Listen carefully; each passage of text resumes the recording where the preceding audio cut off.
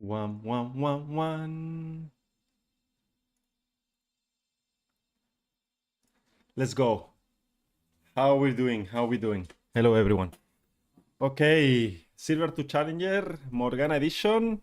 It has been, I think, 3 weeks since we did the last one. So here we are. We're going to do another one, Morgana this time. Hello, Bunny Burin. Bunny Burin, hello. Hello, how are you doing? Hello, Danny. Danny Serpent. Buenos días, good morning, Carolina. Hello, everyone. Hello, everyone. Let's see, let's start the week with a good silver to challenger. Let's see how many elos we do. I want to do silver and gold, and then we see if we do platinum and emerald, or we just skip to diamond again. We will see. We will see. I'm excited to see this one because the thing is that Morgana is so popular and support role in lower elos as well. I mean, I think it's only popular in low elo. So I want to see how they play it in silver, how they play it in gold, what are they doing, right? What's up, Thiago? What's up, Soch? I'm doing great. How are you guys doing? How was the weekend? How was the weekend? Before we start, we're going to wait a bit. We're going to wait a bit because let me do test. Does it show on the chat? Yeah, the chat is. You can see the chat on the screen. Perfect. We're going to see how this goes. I've seen some Morgana players in silver and gold. They go some different builds. This one is going for glacial, for example, and they go full AP, full AP all the time. Full AP all the time. So yeah, I want to see how that goes. It was great. I'm happy, Thiago, to hear that. They probably max Q by Blackfire Torch. Most likely, yeah. Yeah, I think the second one we are going to watch, he does that, and this one goes Liandris, or I'm not too sure. Or Blackfire Torch Liandris. What's up, Gustavo? What is the best counter for Morgana? Range champions that poke, like for example Karma, Vel'Koz, Zerath, Lux, Zyra, everything like that. AP champions are really good into Morgana. Really good into Morgana. Okay, so I think we can start. We can start. Feel free to ask any questions during the Silver to Challenger, and we're going to see. Let's start with the lesson pause. This guy, it's called Pastis du Matin. I guess, or maybe the pronunciation was not that correct, right? Yes. We will see how he plays. Standard cover here in Tribush. They usually cover together AD carry and support, but this AD carry is going to move onto banana and ward, so that's pretty interesting. Directly starts with Q. I think there's no another ability that you want to start, really, level 1. So yeah. Now, for runes, I'm going to pause a bit here, and we're going to discuss runes. So he's going for... Wait, what is this? He's going for cashback. So you could go for Hex Slash or Boots, and he goes for cashback, okay? Cookies, Cosmic, and Glacial. Now, Glacial is not that bad because they are immobile carries, but because you are winning the lane, in my opinion, Comet looks better, and also like you can go Guardian. I mean, for me, Guardian Morgana into Enchanter is way better because, I mean, I would still go Ignite because it's Soraka, but you don't need damage in this team comp at all. So, I mean, Lux does good damage, Draven does good damage, Garen and Kayn. So any Q that you hit, people are going to die. So you don't really need the extra damage. But well, that's me. Now, on the enemy team comp, they have 0 engage. And they have low mobility as well. Very low mobility. Important matchups here is making sure that the jungle doesn't get too ahead. He's a full clear jungler. So that means that I can play aggressive in bot lane and 2v2. And he's not going to impact that much my lane. So that's what I'm thinking already when I'm starting to play the game.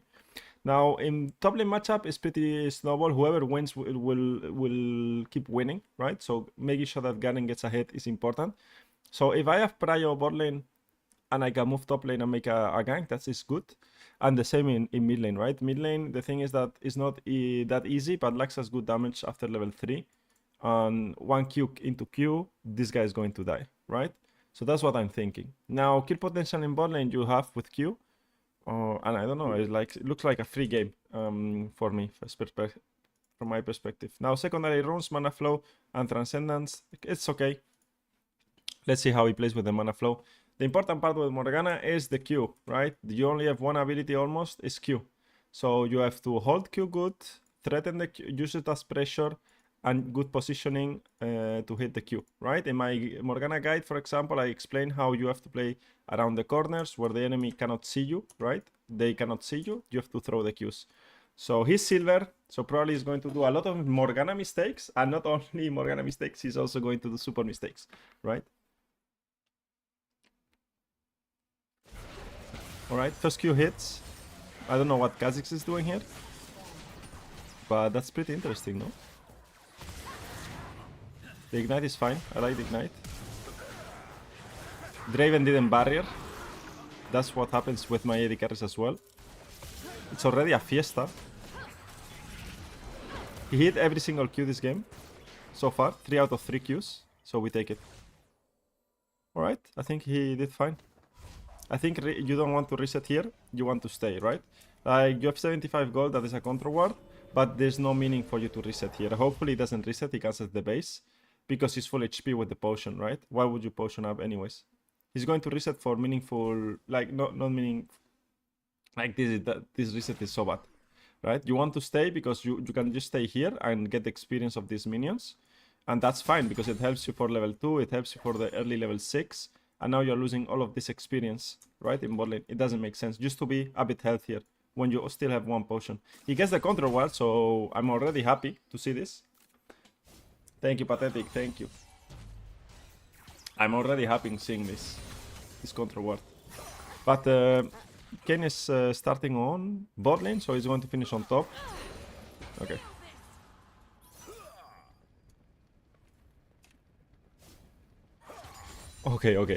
Okay, let's focus up. So Morgana comes back to lane, Draven is level 2, enemy is level 2.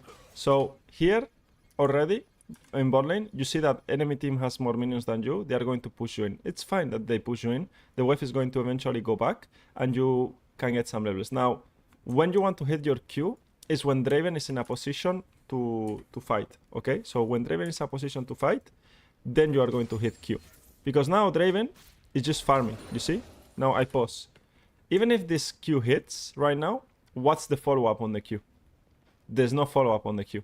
Also, what do you guys think is the mistake of Morgana as well that you see here? I mean, this Q is bad already because Draven is in this position, he's in this position, and enemy team forms a triangle which they can attack, and Draven can never protect Morgana here. So wave is bad for the trade because you are losing wave, so no control. Now Draven, the Q is bad. So this is bad, this is bad. Q is bad because no follow-up. Draven is in Narnia. And what else is bad here that she's doing? What's up, Maximo? What is the other mistake that the Morgana did is, I don't mind you throwing this Q right now because you have mana flow. So with the mana flow, you can still get one stack. But what Morgana does is she leaves this bush and she clicks forward, right? This is a very bad tendency that I see a lot of supports have, is that if we play it again, let's, I will show you. I will play it again, and you will see that when Morgana Qs, and I don't think I have explained this enough. Look, when Morgana Qs here, look where she is. So position 1 by Morgana when she Qs, okay? This is when she Qs. Let's pause again when she... after, okay?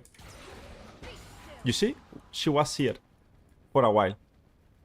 This doesn't make sense because if you want to queue for mana flow, that's okay, but then you hold position and you go back, right? You don't need to follow every ability and move forward. That's probably a bad tendency that this guy has playing. So let's see how the lane evolves. Okay, ping ward, bad placement of the ping ward, no useful ping ward at all. You know this is not warded, they never disappear from lane, so you don't need to ward this, you can hold it. Kayn is going to go top side. If you want to place it in this corner here. It's way harder for the enemy to access. So big mistake, no? Like very easy to fix, big mistake. Another Q, it hits, no follow up. I mean, now Draven is going to hit a bit, but she's still level 1.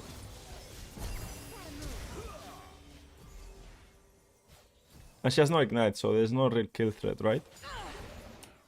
Here, this... Alright, this is why... If you play Morgana, you play Lux, you play this Zyra, these champions, guys, it's okay that you play them, and they are so popular because they are so easy to play, but just make sure that you learn the basic thing of the champion. The essence of the champion is the Q. Like, and the laning phase, right? We have to put a lot of effort on the laning phase. Look where the lane is. Who has control here? Red team or blue team? Who has control over bot side? Who has control over bot side right now? Who has control over the wave? Blue or red team? Tell me, guys. Who is winning right now? Who's winning? Who's winning? Let's go back. I want to watch it again. It's super important laning phase. This Q, okay, it hits. Not bad. Could be better. Could be placed from the corner. But I mean, MF still eats it. Now from here, blue is winning. No. Red side is winning, right? The red side has positioning over the wave right now. You see, like red side. Look where blue side team is, and look where red side team is. So now Morgana has to go into the bush, and from the bush she zones the other two. Right? That's her job right now. Go into the bush, stay in the bush, and now from this bush, Draven is able to farm this minion, this minion, and now for MF to farm these minions, she needs to be here, which she cannot do.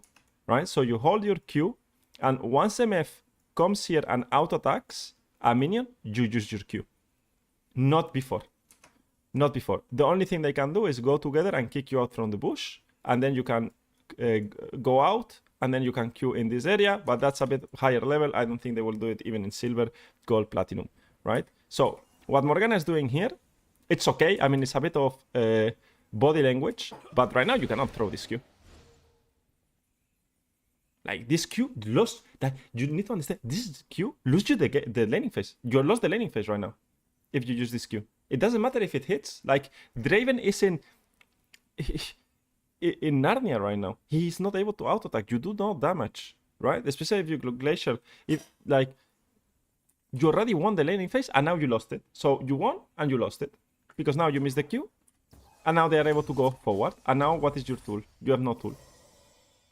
Now you have to go back to the third push, and now they are able to farm. They should never be in this type of situation right now.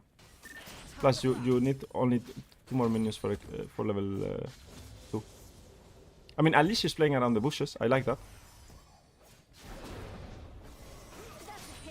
You see, there is a Q without a purpose. There is a Q without a purpose because the MF is not even farming. And now they lose control over the laning phase. And this is super important to know. And that's why Morgana was a good choice to do for today. Because I feel like I get so many Morgana players, so people play Morgana and say, I cannot carry my team because they are inting. But if you are able to play the fundamentals of the laning phase with Morgana correctly, you are going to win every laning phase. And then you can help your team. But not before you learn how to play laning phase with the champion, you are going to be able to carry your team. Also against Soraka is not easy because Soraka is going to heal up the MF. Again, the same thing. Every time you throw the Q, Miss Fortune, did you see how she's... Miss Fortune cannot do this if she has no Q. Miss Fortune cannot do that if she has no Q. And now she dies. Okay, happens. Alright. Mechanically, I don't really care, to be fair, if she cannot dodge abilities. It's not the end of the world. But for me, it's... pause. No, go back. We're going to start talking about the first buys, okay? What I'm buying and what should we buy. So, let's go here. We have 844 gold. So with 844 gold, what do we buy?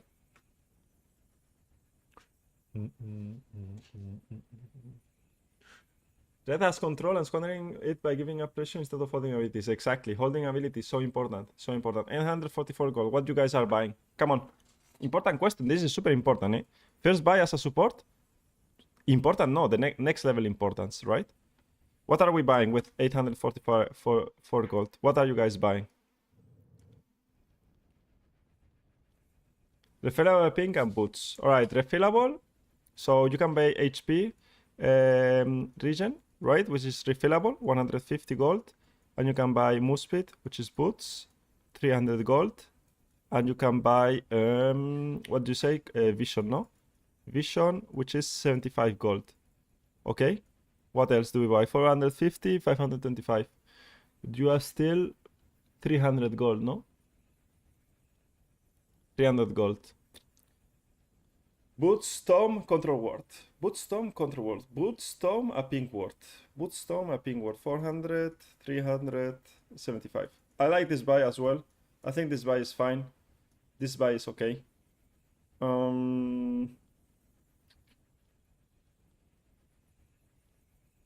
I think this buy is good. I think I'm going to tell you the buys that I think are fine, right? So now the thing is, if you go for AP items that are pretty expensive, you will need to spend some gold. Now, how important are boots here? I mean, boots, move speed is going to give you dodge ability, dodge the Soraka, and also like make sure that you can hit your Q better. So boots for sure. I think boots is a must. Plus it gives you good roam towards void grabs if needed. Now I think Tom is fine as well. AP damage is good because you are playing with Draven, so you can do extra damage on Q and burst. So 400 gold is also fine for Tom. And then you can go refillable or pink word, right? Both are fine in my opinion. I would go pink word in my opinion for me. But what I could do is pink word and a potion. I would do this. I would do 400 gold Tom, 300 boots, 75 pink word and gold and a potion. Now, why I want a potion is because we are still trading a lot, right? Morgan, you have to be in front of them and you will need the potion, right? So a potion is not that bad. You still have cookies. I would do that, right? He's going to buy double Tom, 100%. There's no way. Oh, he buys directly the Oblivion Orb. Okay, Oblivion Orb. Oblivion Orb and Control Word. Not the worst, eh? Not the worst. I think still okay AP. You are going to open bot 100% because the wave is not in a good state. So you have to open bot lane. Now, this is the same thing as always. What I would have done here is get Sweeper. Sweeper, 100% you want Sweeper. Why do you want Sweeper? Is because you want to deny enemies vision and control ward. I mean, the ward is still in the 50% charge. So I will just change to Sweeper. Now, again, how do we deal with this vision is we never drop the control ward here because the wave is going for them. Now, why is this bad from Morgana? Why is this bad from Morgana, guys? What is the negative part of dropping the ping ward here?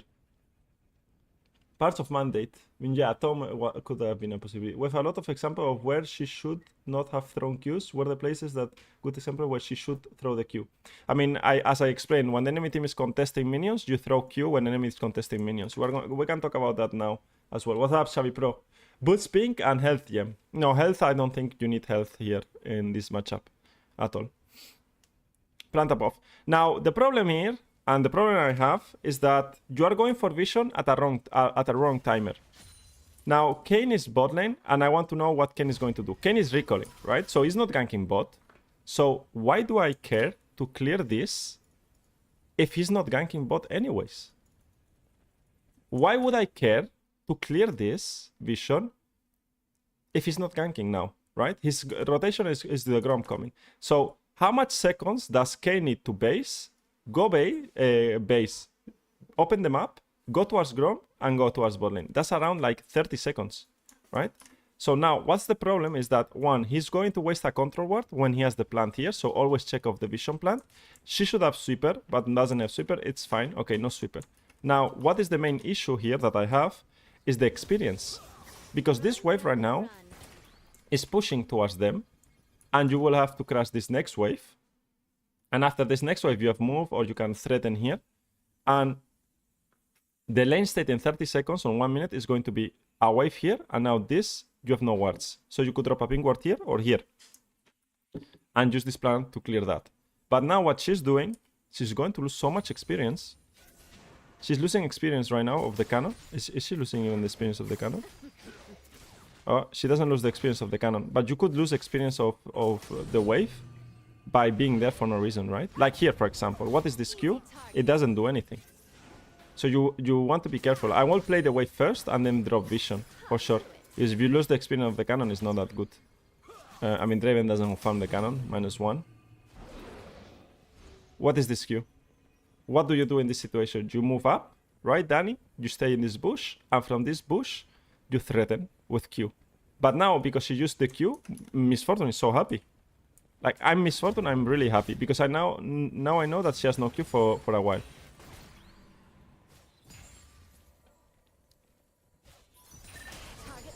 And here they are too scared, by the way. She's too scared to... They're too scared to play the laning phase. It doesn't matter that they can... Like, they can come from here now, of course, because you decide to put this ward there. But you should be moving here and crashing this wave. You have to crash 100% this wave. Like, you cannot play like this scared.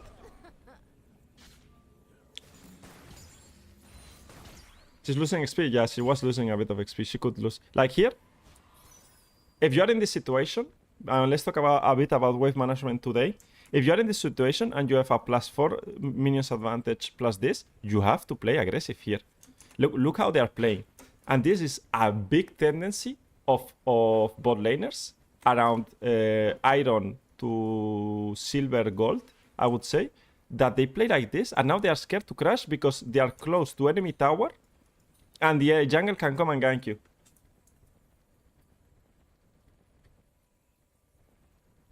Yeah, I mean, she's just random Q, right? She used random the E of the... She's shielding the Miss Fortune Q damage, right? Like, it doesn't make a lot of sense. So here, they are going to play very passive, and this wave has to crash. Because, like, the wave is going... The wave state is going to be like this. Now, they are scared that enemy jungle can be bot lane, because enemy jungle is not showing. He's bot lane, but it doesn't matter, he's bot lane. Your jungle is also bot lane. Even in silver, Kayn is not going to react. I mean, Draven needs to be here and you need to be here. Now, Soraka and Miss Fortune have no engage, right? So when they walk forward, then you can walk back. Or go for vision now as Draven. You can go together and drop a ward here if you want. Like, together and you ward here with Draven. But now this is awkward, because now he's getting zone.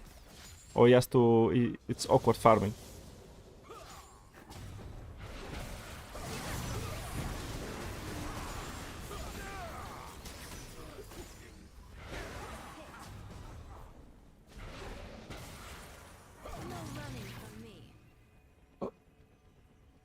Alright, so first of all, I don't know how this Q hits. I don't know the positioning of this, what's happening, to be fair.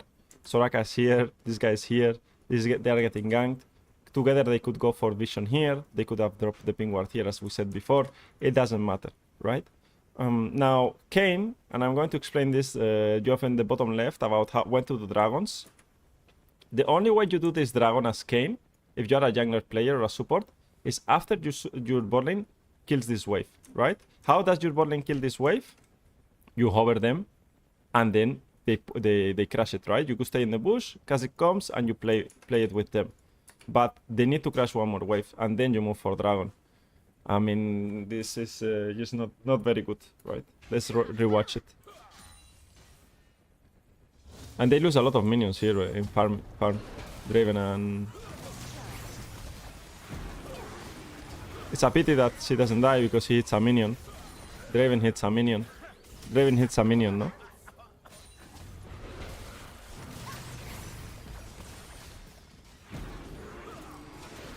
Here he hits a minion. Yeah. He hit this minion instead of Miss Fortune. Guys, when you are playing AD carry, just attack champions only. Just attack only champions. Pretty sure this Morgana also does... Okay, I already read that. Okay. And now Kayn comes and tries to fix it. But you cannot do the dragon like that. Okay.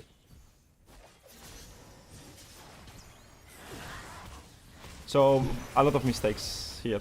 Vision mistake is the most important one. Not going for a Tribush ward together with the Morgana is the biggest mistake, okay? And they end up dying for that. Yeah, I think warding is so important. So, before we get ganked here, right? As a support, because we are talking about supports. There are no AD carry mains here, or I don't think there are so many AD carry mains. What do you do here? In this spot here, right now. What would you do? I will pause it exactly on the spot, so you can prevent this. For sure, not use the Q here. Now, let's say you did all of these mistakes. How do you fix this? If you're in this spot right now as a support player, what do you do? What do you do, guys?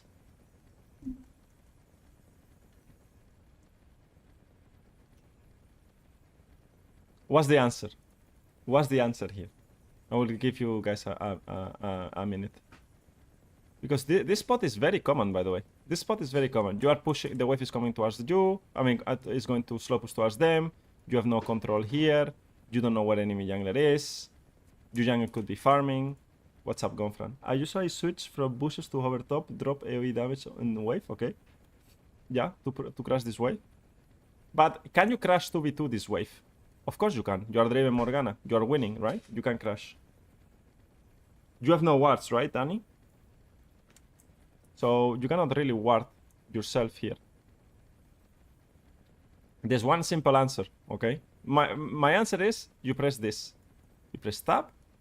Once you press tab, you look for information. What information do you look for? You look for the trinket of Draven. Because right now, what's your problem? Hey, think about problems, guys, in the game. What do you need to do? You want to crash. First thing is my objective. Crash the wave. Second, do I have a problem crashing the wave? Yes. What's the problem crashing the wave? I have a problem. I can get ganked. Right? I'm scared of this. Look for a solution to get ganked so you eliminate the problem and you can crash. How do you not get ganked? Dropping vision. Now, I know already, and I explained already, that this control word is so bad that should not be placed here because it gives you like independence, like you don't need to depend on your AD carry to place good vision because you can place it yourself, right? You can even drop it here. But now, if the problem is that you are scared that you're getting ganked, how do you fix that? You fix that by knowing that this guy has a ward, you ping him to come here and drop vision, right? And that's fine. He will do it if Morgana did it. Now, the entire situation is like that, right? You have to think small. Like, you don't need to think too much about the game. Just think about what's happening and what do you need to do. And so you can avoid all of these things. Press tab was the trickiest answer in that previous event. Yeah, it was. Ping Draven to ward, exactly. But you have to know that Draven has a ward. Now, if Draven doesn't have a ward, what do? You make sure that Kayn is there to help you crash, right? So yeah. Or you can hover top side, make sure that you try your best. Now they die. So all of this can be like stopped if Morgana was paying attention. Now the good thing about Morgana is she's buying control wards, which I like a lot. Now Morgana is doing the same thing that every silver player has done in every silver 2 challenger, is open bot lane. Now, what is enemy bot lane going to do? First of all, they are going to base. Alright, they are going to base. Now, what is Draven going to do? He's going to farm this wave.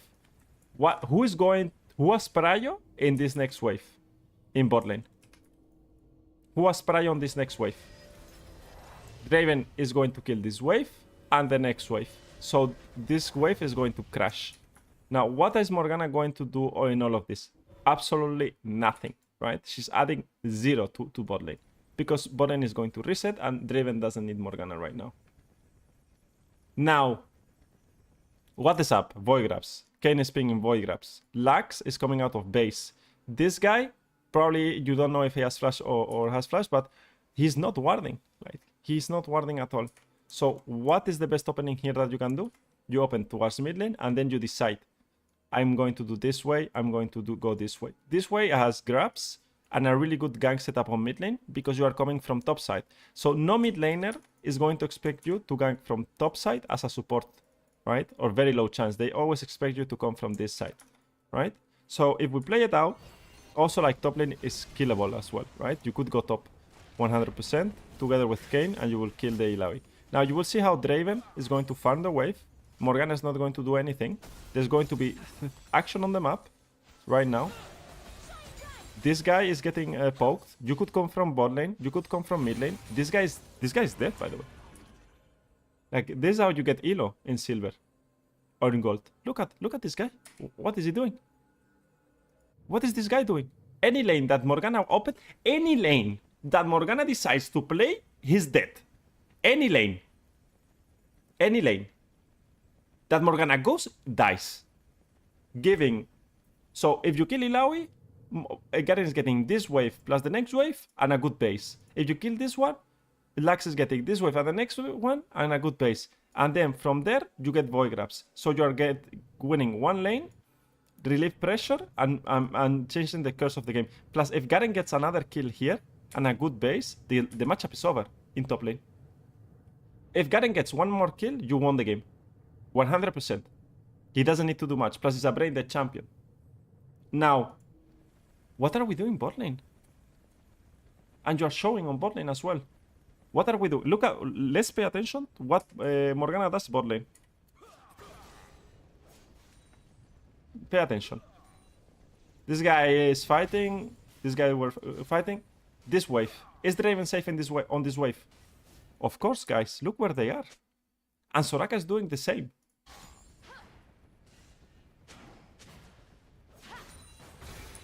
They both killed. They both killed their laners. Now there's a problem here. So let's say you are Morgana. You open mid lane and you are Morgana here. Lux killed. Let's do situations for everyone. For everyone, we are going to do situations. Because now your mid laner is Faker. He killed the other mid laner. Now you are mid lane. What do you do? Let's talk about theory, right? Let's talk about situations that can happen. No, but I open mid lane and my mid laner killed. What do you do? What do you do in the situation? Let's say you are exactly on this spot right now, here. What are you doing? And then we do the same on top.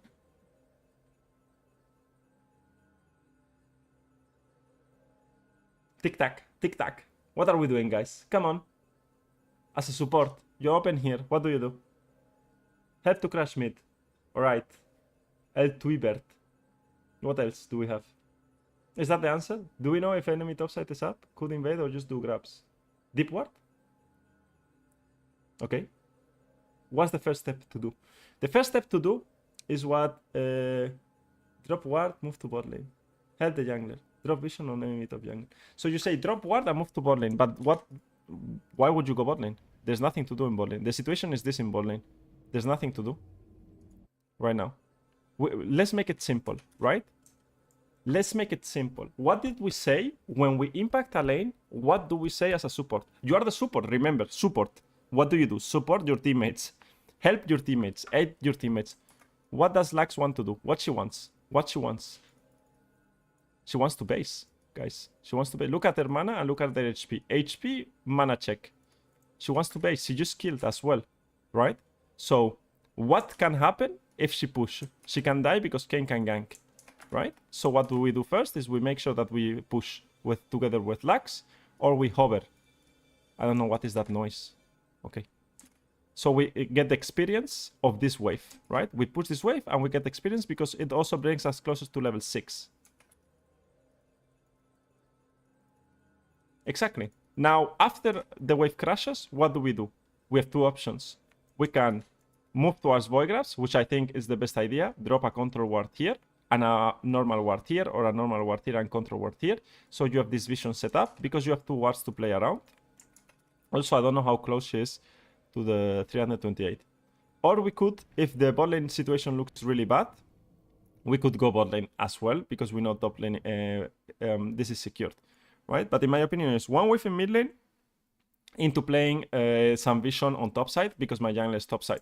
So I can drop a control ward here and maybe a ward here. A ward here is fine. Any ward here is fine, right? Like most likely these two wards are fine.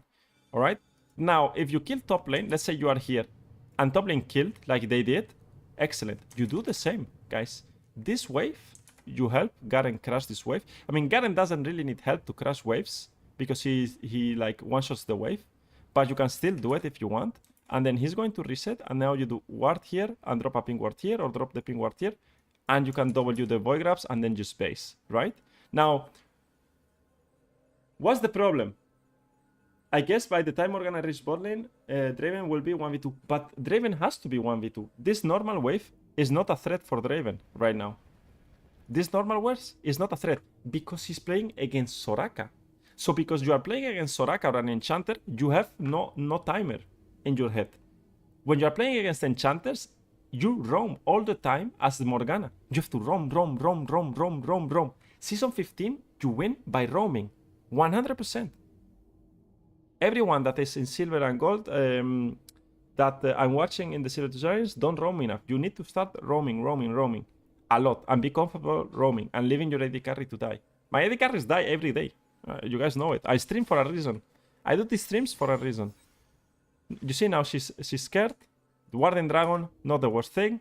But now what can happen is that Kha'Zix can get 1 kill on top or 1 kill on mid lane, right? If he decides to go for it, maybe he can get that. And that can be a bit scary. You see how she's struggling pushing? I don't know what's happening here. Now Morgana is moving.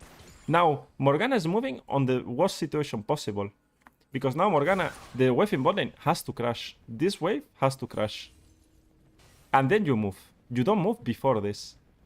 So right now I understand that Morgana has zero knowledge of lane management, right?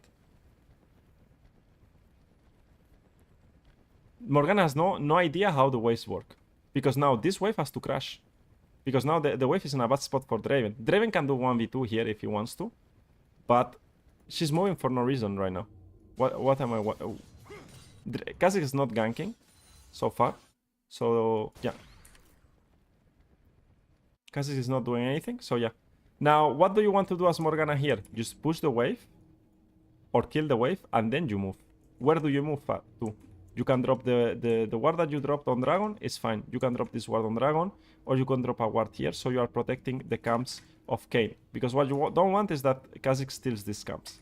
Right? But it's silver. I mean, I think protecting weak side is not the best idea. Now, if I'm Draven, I'm pissed here. Why am I pissed here? Because you are roaming without a purpose. Right? And when you guys come to me and say, no, but my AD carry was blaming me, I would blame you if I'm Draven here. And Draven is right to type to Morgana and say, what are you doing? You leave me 1v2. Here, Draven has all the right to tell Morgana that she's trolling. And she's roaming badly. Right? So when you guys tell me, no, but my AD carry is blaming me and permatyping, maybe sometimes he's right, maybe sometimes he's wrong. Why is Draven right here? Because you are moving after. So you are opening bot, moving when the lane is bad. You don't do that as a support.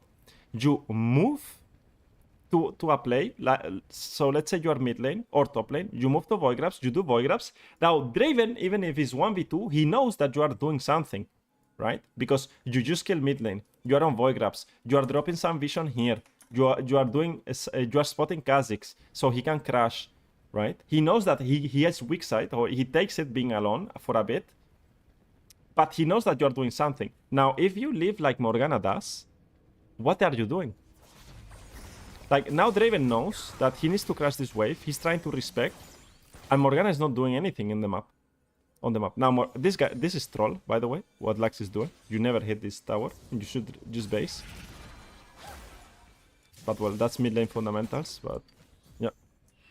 And now, what did Morgana do? Nothing.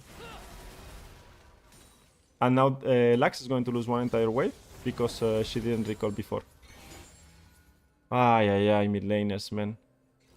Why would you hit this tower? Why would you hit this tower? I mean, obviously silver, right? So there's so many mistakes. Alright, back to bot lane. But Morgana did not do anything, right? She didn't do anything. She just lost experience for no reason.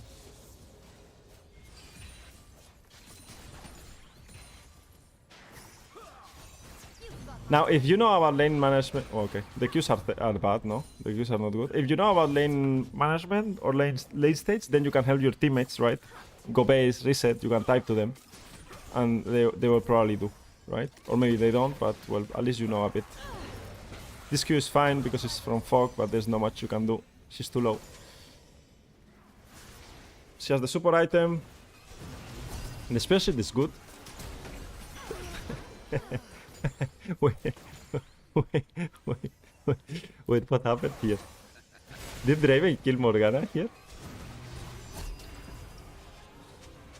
So he's going to Q?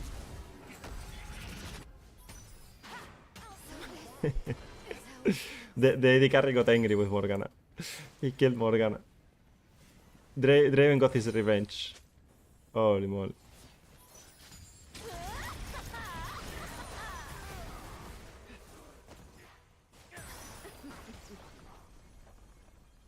From an even game to a very difficult game, right?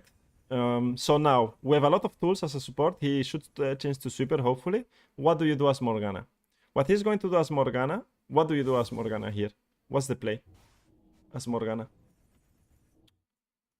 What could we do here as Morgana? What do you guys think? What is the Morgana? What's the Morgana ideal situation here? What's the Morgana opening? Like, think a bit. This is the state. This is the state of the mob. I could make even the minimap a bit bigger actually. Let's do 70. Top. Pepe laugh. I don't see the emotes. I see the emotes on the screen. Ping Nexus, buy tier, and wait for 15. Okay, that's an idea. All right, Gonfran says stop.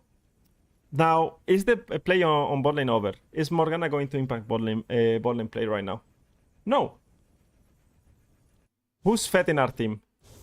He's doing good. 2-0 already, right? But he's still struggling a bit.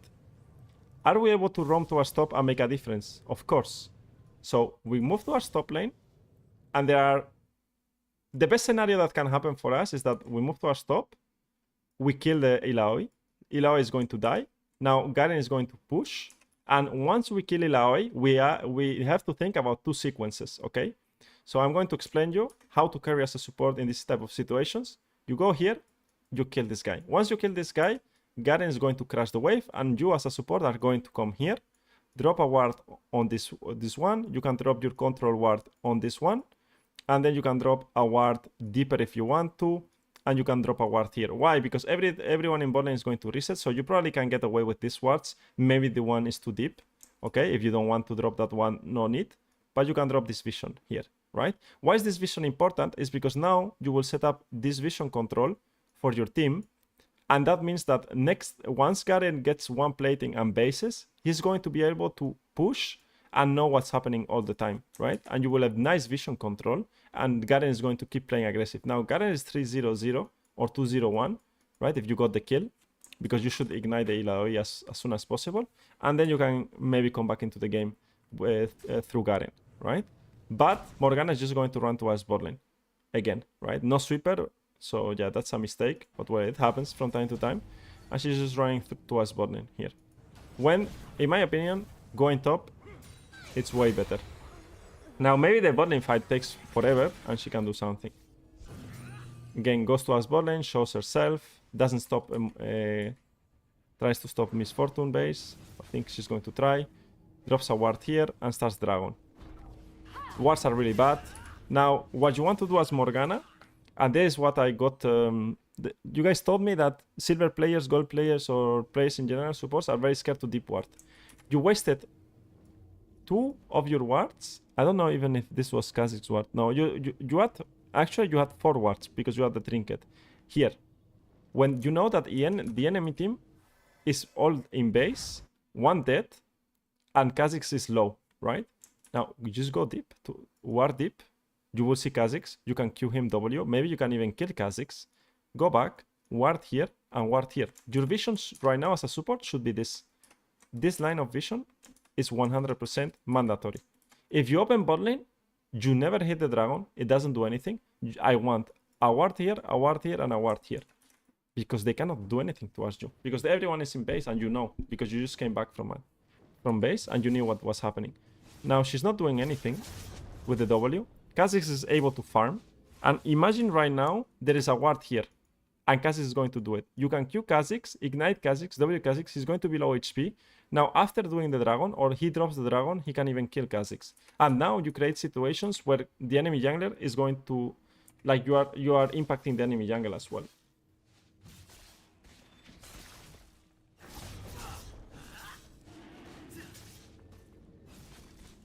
I love the fact, I love how you also agree the fact to play around whoever is fed. I mean, you have to find the ways that you can win in the game, right? So playing around the guy that is strong is easy. But the opening of Morgana can be okay. But the problem is that what she's doing with her time is not valuable at all, right? Morgana is not using her time at all correctly. So she's just moving around. You see, she's lost in the game. And there is no vision here. There will never be vision here. Never, ever, ever you will see vision here in the games that we're going to watch today in lower elo. Never, ever, ever there's going to be vision here. Because you guys don't see the value. I mean, you guys. Supports don't see the value on warding deep. Because now, if Garen had this vision right now, he's playing like a monster. He's going to snowball his game with this vision. So you don't need to be top to carry top lane. But because you drop vision, you're carrying top lane indirectly. And that's something that you guys have to start seeing. Once you see that you can carry with vision, I mean, yeah, here Miss Fortune uses flash. I mean, here the lane is, I mean, the game is hard already. Like, there were too many mistakes. Too many mistakes. First of all, what I recommend if you are playing this type of champion is to make sure that you are able to play correctly the first minutes of the game, right? You understand the kit of your champion and you know what to do with that, right? She got a lot of control wards, which I liked. Not placed correctly, but at least the habit is there. Now here is the same thing, right? What does enemy bot lane want to do? Most likely they are going to reset. I don't know if they are going to reset, but the mana of Miss Fortune is very low. So it's the same concept right now. Why are you going to open bot lane if Draven right now, even if Draven is a champion that you want to play around, he doesn't need you in bot lane, and there's more important things to do on the map, right? So what is more important? Are you going to kill bot lane again, 2v2? No, you're not going to kill. He's 0-5, he has no items, Miss Fortune is stronger, Soraka is strong, you don't have ignite. What are we doing bot lane here? Go towards top lane. Voigraphs are coming up. This is important matchup as well. Mid lane could be impacted as well. You don't have a control ward this time, but you can drop vision topside, right? And just abandon bot lane for the moment. Let's see what Morgana does bot lane. She will just get experience, which is fine.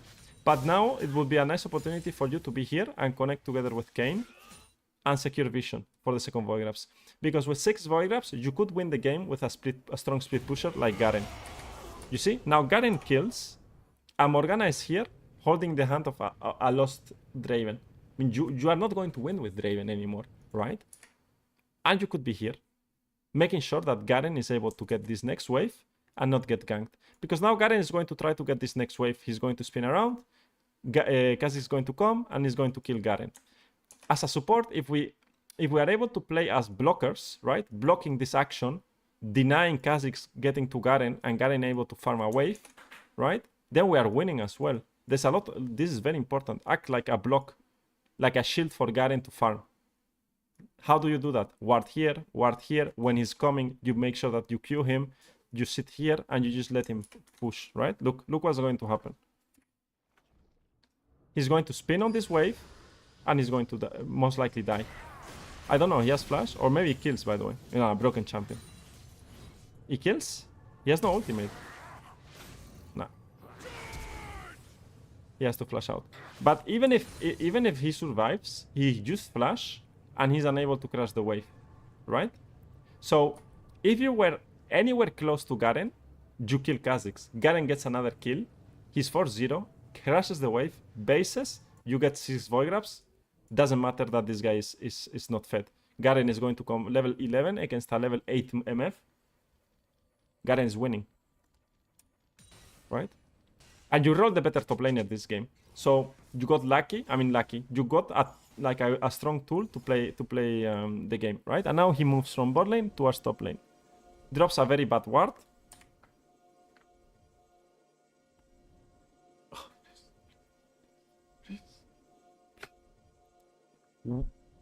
Wow.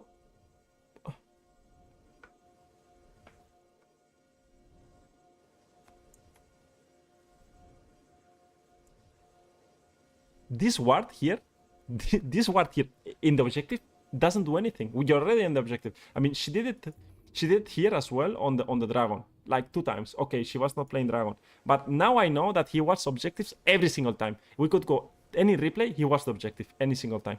Doesn't matter what's happening. Like this ward again, look how much vision you are losing. Like this is so dark. I don't understand. Why would you want this ward to see the river if you're already on the river? What you need is the ward to be here. You want the control ward to be in these spots and the normal ward to be in this spot. So it sees a bit more, right? You want it here. Like the banana bush is a banana for a reason, because you need to have good placement on the banana bush. Maybe we should do a 1-hour video on how to place wards on the banana bush. Now again, she's wasting 2 wards out of 3 already on nothing. You see that she's not going to ward deep anywhere, anytime. This is not going to be warded. Nowhere. No. Never is going to be warded. Never. I will see a ward there.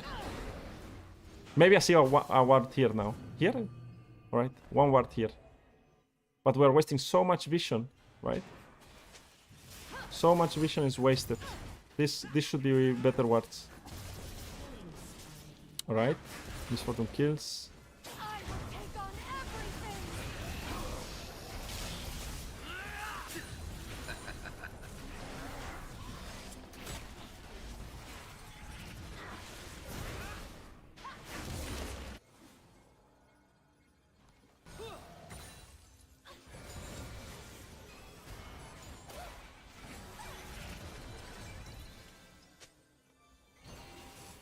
I mean, you're starting void grabs without mid lane wave to crash, and then top lane is coming, and you're starting void grabs. You have to be more patient. Kha'Zix cannot do the void grabs, and you cannot do the void grabs, but you have access to the void grabs. So you play mid lane wave first, move with Lux, and Garen will be here, and then you play. But well, yeah, I mean, Garen's very fed. How many void grabs they got? 4. People don't watch your YouTube videos. I mean, not everyone. If not, I mean, imagine. That's why they are silver for these bots. No, but I need them. I need them. That's why I choose random players. That's why I don't choose viewers to do the silver to challenger, because I know I have like a lot of you guys are silver and gold, and you play way better, and you do the things that I'm saying, and you will see the results later on. Once you get more used to more information and use more games in. That's how it works. But it is what it is. I mean, if I took viewers, then for sure the games are way better quality. But I want to show you the reality, right, of silver right now. All right. Again, she's opening the map. Or where is Morgana? She opens the map towards mid lane. And right now what you want to do is, again, you want to drop vision here so Garen can play for this tower. You want, right now, you want to be the Garen bodyguard. Doesn't matter how. You want to be the Garen bodyguard. Only Garen exists for you this game. That's how you win.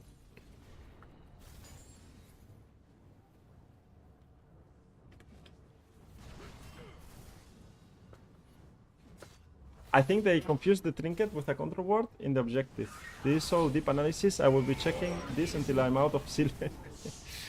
Yeah, I mean, I'm taking a lot of time on this bot right now. I want to make the silver and gold ones really in depth. Like, this vision doesn't make sense, right? This vision is not doing anything. You're dropping vision to a guy that already is...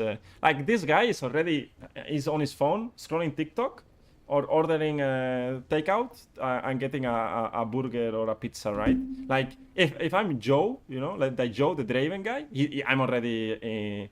playing another game, right? I'm grinding in another game while I'm last hitting or something. Like, there's no way this guy is not on TikTok right now or scrolling shorts, like 100%, right? Or on Discord or Twitter. It doesn't matter. But you cannot drop vision for this guy. This guy is lost already. Maybe in 10 minutes he gets an item and he gets hyped. But this guy is depressed. You don't want to be here, right? You want to be with the guy that thinks that he can win the game, right? You need to play with the guys that think that it's winnable if you want to win right now. So going for a wave in mid lane doesn't make sense. Hitting mid tower doesn't make sense. You don't play mid towers like this, guys. Okay. So a very I hear noises. Like, I don't know if I'm crazy or is the spectator. You don't play, like, once a mid wave crashes, you use this mid wave to have access to another place instead of hitting mid tower. Mid tower is so difficult to take because you can get flanked from any position that you're not going to do anything. The only way you hit mid tower, if for example, The noise is in my head. Is, for example, you get access from a silent move, so you are able to put numbers like 4 players on mid, and then you can push it together with the cannon wave and even threaten a dive. But if not, you are not doing anything. Alright? So this is a waste of time from Morgana. I don't know what is happening. A waste of time, not doing anything. No deep vision at all. Now Kayn, you see that Kayn is doing this. You have to read this type of movements as a support in the game. Because Morgana has no job. She's jobless right now. No, she thinks that she has no job. And she's lost. She doesn't feel useful. How do you feel useful? Is syncing up together and putting Morgana here together with Kayn. And this is going to be useful because now you're playing with a purpose, right? Whatever Kayn does, you do. I don't know what Kayn is doing. But I'm doing it with Kayn. I'm here on the same pixel than him. What are you doing here right now as Morgana? Nothing. Imagine you are now coming here. Are you going to do something? Maybe you can hit a Q. Maybe, again, you go some visioning. And you can dive this guy. But you're not doing much here, no? Where is Morgana? Dead. Okay. Morgana is dead, guys. Morgana is dead. Morgana is dead. Now, how difficult is to spot this type of things in-game, right? For you guys. That's the question. I try to make it as simple as possible. But I know that in-game is not that easy, right? I know that in-game is not that easy. It's just follow some rules. Follow some rules, and that's it. What's up, Sissy?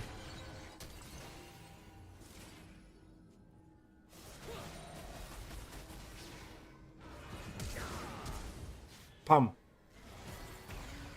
Okay.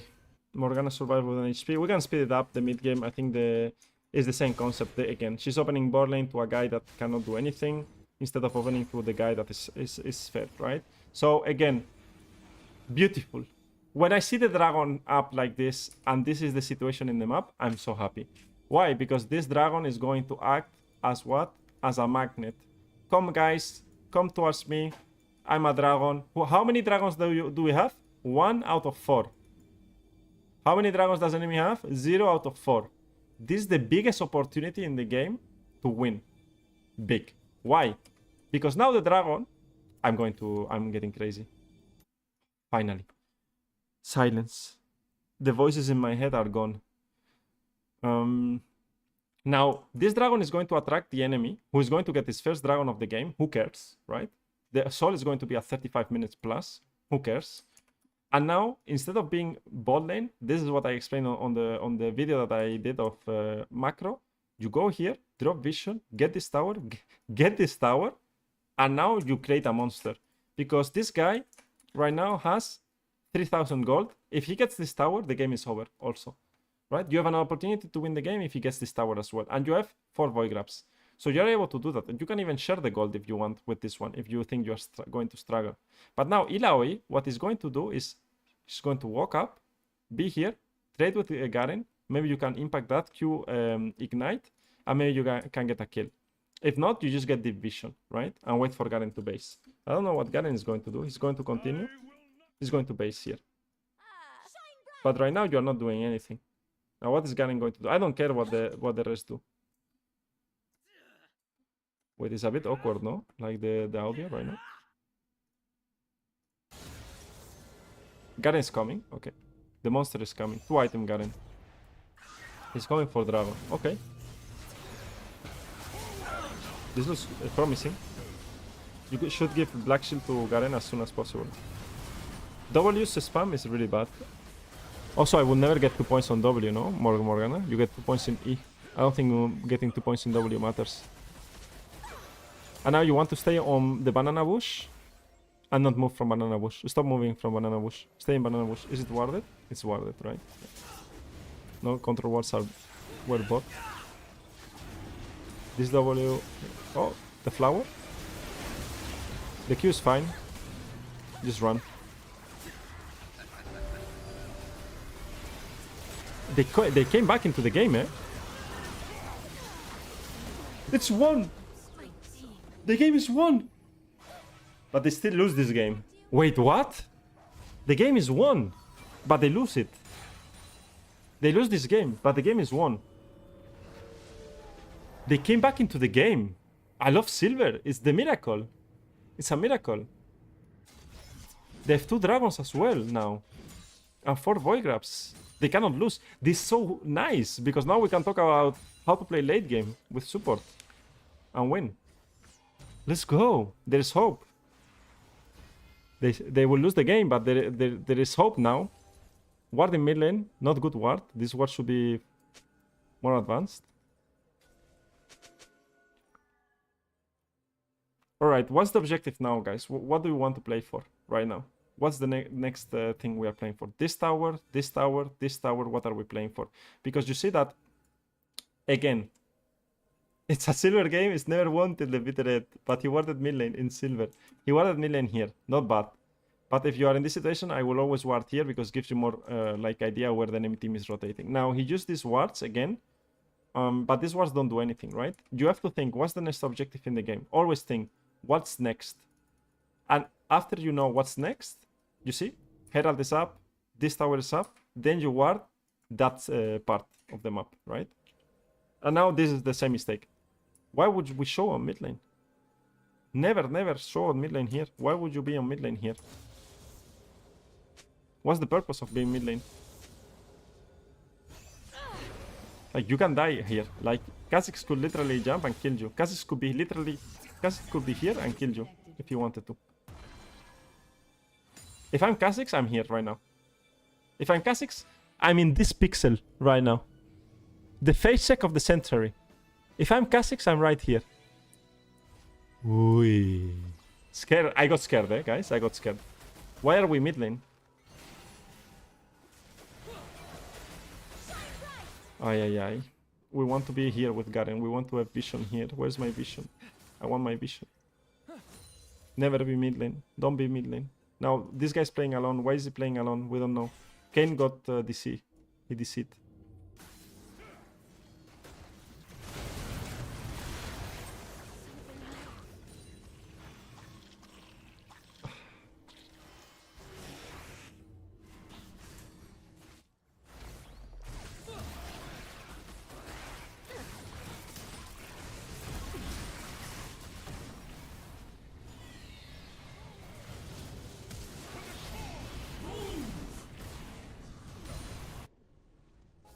He's going back mid lane. Garen died finally. Sat stays mid lane. Drops a ward in mid lane. Stays mid lane. Hovers mid lane. Stays mid lane. Dies mid lane. She's going to open mid lane after 10 seconds. Garen goes mid lane. Ah, she goes bot. Defense bot. Gets a Q. Atakan is open. This ward doesn't make sense. Drops a ward here. Plays with Garen, not bad. Random Q, could hold it a bit better. At least the positioning. I think the positioning in teamfight is his best thing. Qs are a bit meh, but the positioning in teamfights is good. I like it. Like the space that is skipping in fights is fine. I mean, there not much you can do about it. Maybe it can be a bit fixed, but the positioning in the fights were nice. They get dragon here, I guess.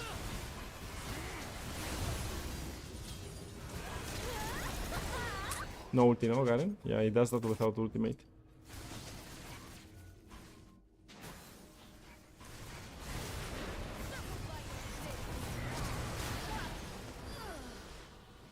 One guy top, one guy mid lane, one guy here.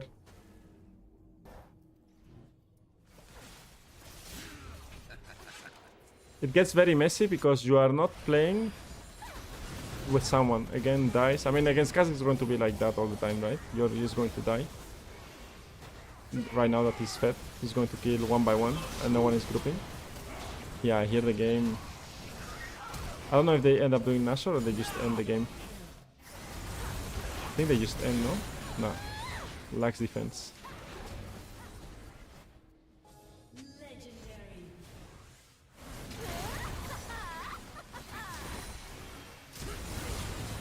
Here there's no. Here the game is out of control, right? Like here the enemy is too fed. I don't think you can do much here. You had so many options already to win the game. But you couldn't. You couldn't. You couldn't. You couldn't. Unlucky DC, no? Unlucky DC. That's what will be remembered. A silver mid lane ward. Yeah, at least there was a mid lane ward this game. Wow. All right, 1-11-11. So many mistakes. So many mistakes. Laning phase mistakes, opening mistakes, vision mistakes, what to do mistakes, rotating mistakes, roaming mistakes. So many. We talked about it for 1 hour. So was a good review. Was a good silver review. Now let's watch the gold one. Let's go for the gold player. Let's go for the gold player. Where's my gold player? Right now. Where is my gold player? So this was the silver player, okay? He plays a lot of Morgana, right? 53%. He plays Trundle as well. Respect. He's starting to play the Frilo, the Lulu. And now we are going for this guy. He plays also Morgana a lot, 59%. Now this is another build with Comet. And we will see.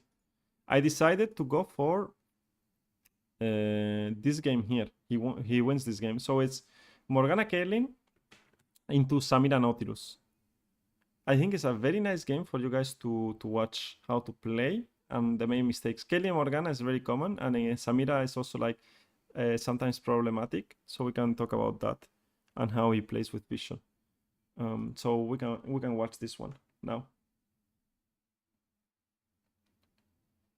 All right, let's go for the gold one. Let's go. Coach, what is your favorite Spanish dish? What's my favorite Spanish dish? Paella. It's my favorite Spanish dish. Paella is my favorite. By far, probably.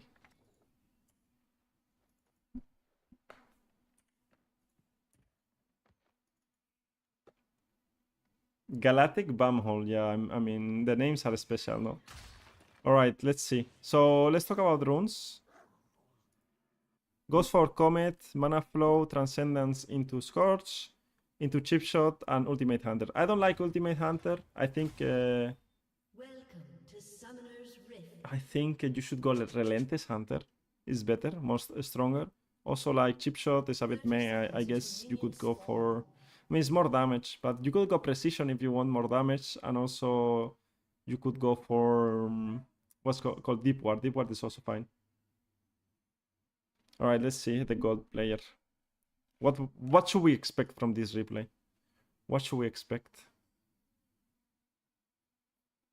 They're going for an invade. She gets Q already. I think that's okay. I mean, there's not much you can do, no? I mean, you could go E first, in some situations W, but I think you lose too much pressure if you randomly... You don't leash ever with Caitlyn Morgana, but I mean, Sylas kind of needs a leash because he's pretty slow at doing clears, but well. I like it. I like the confidence already. Q into auto attacks. Now, we can expect a lot of emotes. No. Now, the mistake here, there's already a big mistake that happens, is that we have to do the same thing. There are 3 possibilities. You are on a winning matchup. You are on a contested matchup, right? We always say this. And we are on a losing matchup. In which situation are we right now? In a winning matchup, 2v2? Let's say 2v2, of course. In a losing matchup or in a contesting matchup? Guys, what are we? In which matchup are we?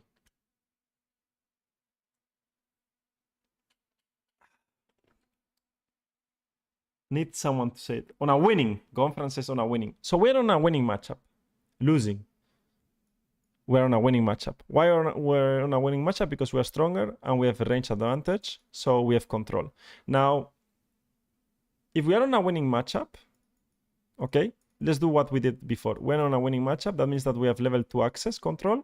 So we want to like control the wave state, okay? We're already in gold, so it should be fine, in my opinion. Now, we are playing against Nafiri, and also like Sylas is pathing up. So that's something to take into consideration. Do we know Naafiri is starting red? We don't know where he's starting. He's starting Raptors. We will see him in red. So he's most likely going to do 3 camps into gank, or he's going to path to a stop, but we don't know that now. Now, what's the first mistake is if we are on a winning matchup and we already have level 2 secured without doing anything. Like, I could play like this, and we get level 2. We are on a winning matchup. We never lose this. Samira cannot play till level 3, right? Till level 3, she's not a champion. This guy has not even Ignite, and we have a range advantage, right? So, we're winning. Now, the position of Morgana can be okay, but I would play bush control anyways and kick. Or I could play from here and kick them, but yeah. The Q into Q, not the worst. Keep auto-attacking. Now, from this position here, you want to change this towards this bush. Because from top side, you are no threat, and your Q is weaker from because it's seen all the time. Like, you are not missing your Q.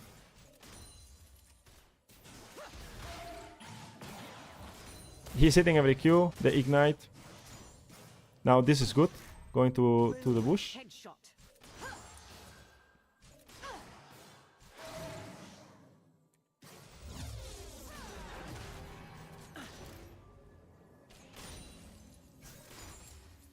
Now, not bad, because they are crashing this wave, and now the next wave is coming here. So they're crashing second wave, so now they can play for tower and also poke them. Now, what's the role as a support or as Morgana here? The role as Morgana right now should be here and threaten Qs plus W combo. Once you hit a Q, you hit a W. If Kaylin has the Q up as well that she has, one is going to die or be really low. But, like, how do I split it? Like here, you don't want to be in this area right now as Morgana. You want to be here. You want to play here, 100%. So you have better access to drop your Q. Like, this situation here is really bad because this Q can be dodged. And from here it's harder to dodge because or they play here or they play here. And once they are here, the tower is going to block a lot. So they're going to be most likely getting hit. But this is fine, no? Now, she hits the Q, but is afraid to W, right? You should always W. Does she have W? No, she didn't have W. Samira's dead. Samira's almost dead. And we see Naafiri, right? Now, we have to make sure that Naafiri is not ganking bot lane. Now, we know that Naafiri is ganking bot lane, right? But it's okay, he cannot gank. Now, Morgana has no mana because she spent a lot of random Qs sometimes. But it's okay, I mean, she hit everything, right? You have to be a bit more careful with that.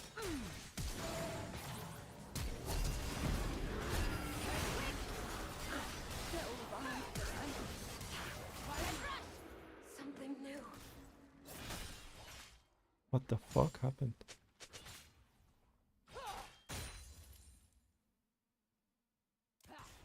What the fuck? What am I watching?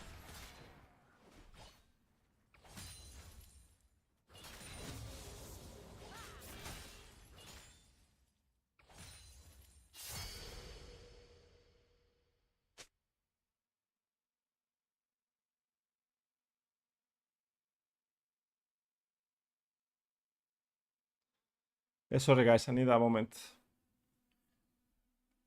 Wow.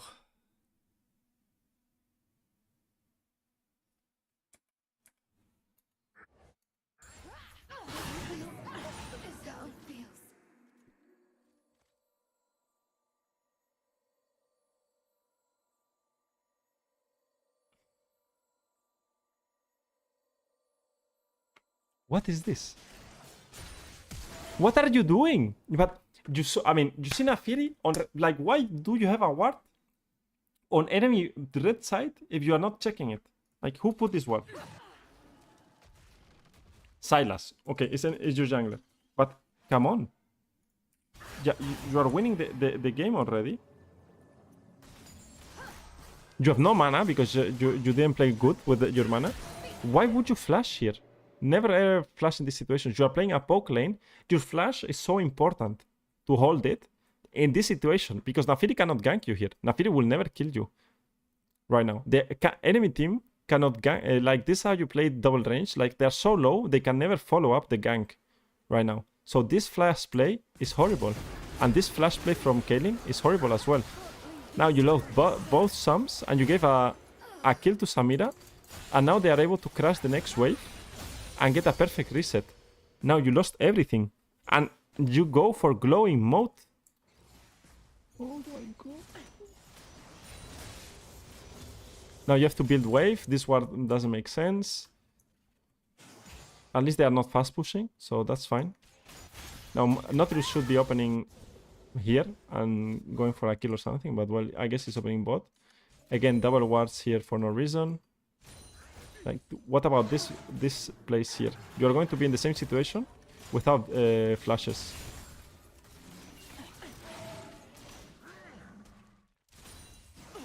Wow.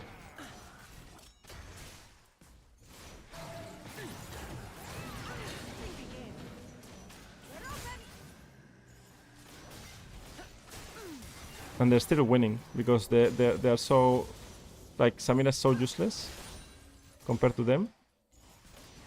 And now what about this vision? So imagine instead of warding like this for no reason at all, because they already have the crab that, I mean, Naafiri can jump, right? But Naafiri should be like, he should be topside into bot lane.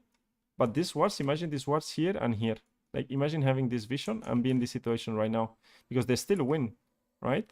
Imagine being in this situation with that vision. Like, if you're playing Morgana plus as a bully lane, like Kaylin or, for example, Varus, Ashe. I mean, I don't know how strong is Ashe right now, but it can still be the same. You need to make sure that you play really good with the vision around your lane. You get one plating and one kill. No, they didn't kill. Actually, Samira. Is he dead? Okay. So now opening bot lane, I don't think is bad because Sylas is bot lane as well, okay? So you're connecting with your jungle or he's going to do bot to top. And that's okay, right? You still get your experience for level 6 and that's not that bad. Now pushing this wave and then moving should be the play. Wow. Oof. Hello, hello. After watching that, are the voices back in your head? I mean, there are so many voices right now in my head. So in this lane, you want to play a lot with your AD carry. So now this is a great opportunity for Morgana. I mean, Morgana is playing wrong under tower, for sure. She needs to play here, right? You want to play on this spot, plus I think Naafiri is topside as well. And you want to play in this spot. You never want to play bot side of the tower. I mean, we already spoke about that. And you want to drop your pink ward here in this spot right now. Like, we talked about this a lot. And now you are in a super nice position where you can... there's no way they can gank you and you can keep a lot of pressure. Yeah, they are doing so much damage. Right, this ping ward is good from Kaylin at least.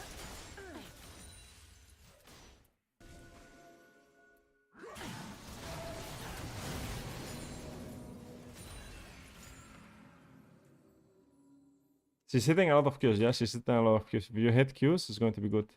I mean, the distance here, like, you cannot let your AD carry do this, going forward, and not follow him, by the way. You need to be here together with your AD carry and follow. Now he's getting a control ward, you clear this vision, and now they cannot get access to this. Like, what the enemy team does here, it's not possible. Because imagine they go on to... Imagine Nautilus, they get this ping ward, and they flash on top of Kaylin here, and you are here. Now you have to run all the way and help Kaylin. Right? And this ping ward doesn't do anything for your lane. You play Morgana Kaylin, this ping ward doesn't do anything. I don't know what he's doing. He's faking that he's not there, but yeah. I guess it ends up working out. Alright, let's see. He gets a ward item now.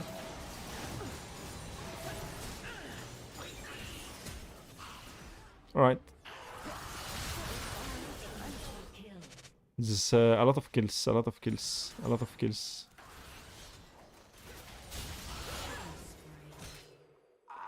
Right, opening bot.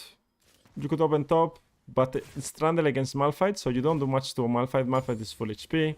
Katarina against Annie. You could look to open if you want mid lane, but I think opening bot lane is fine. I think this sweeper is okay. Going through this area is also really good.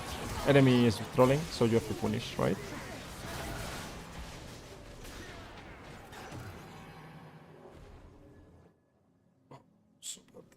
Okay. Now, what do you do here in this situation as a support? Is that early flash is just a way Morgana setting her dominance. I agree on that. I respect it. You want to play for this tower. So how do you play for this tower is you're already level 6. You already have your ward item. So you don't need to be on bot lane wave. You can W. And what do you do now is you access here. And you can drop the pink ward here and drop another ward here. Now, she has only one ward left and a pink ward. So pink ward in this position and a ward here. Another ward here would be amazing because it will cover, like, for example, Nafiri jumping this and trying to go from behind, or any rotation from the Katarina towards bot lane. So this double ward plus a control ward here will be perfect to play for this tower. Now, she wasted a ward here and she wasted another ward here. In this ward, maybe it's not wasted because of the fight, but this ward is 100% wasted. It doesn't do anything, right? This is a very bad habit to just drop vision on that tribush for no reason at all, okay? So here you want to make sure that you are moving and doing your job as a support, which is dropping vision. And this is, how many times have we seen this, by the way? How many times have we seen this? I think every Silver 2 Challenger we have spoke about this 100%. Now she's going to keep and hit the tower, getting one plating. And now this should be controlled, right? There should be control here because you want to keep playing for the tower. You want to keep playing for the next wave. You don't want to reset. Now, after you do this, you come bot lane and then you hit the tower. But I don't want to play without vision here, guys. If we have access to drop vision here, I want it. I want it there. Because now we don't know if Nafiri is coming through this way. We don't know if Katarina is going to move around. We don't know a lot of things, right? Like, we could know. I have a lot of information right now. So we are missing quite a few things. Alright.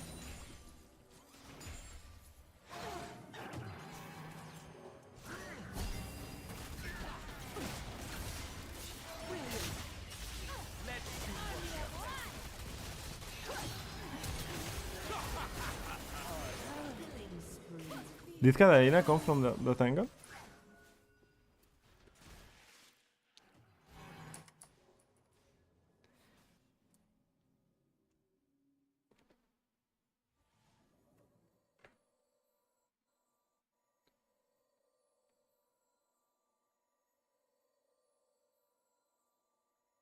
Shouldn't we ward red side 3 bush as well, since the middle and jungle have too much mobility? Red bush, try bush.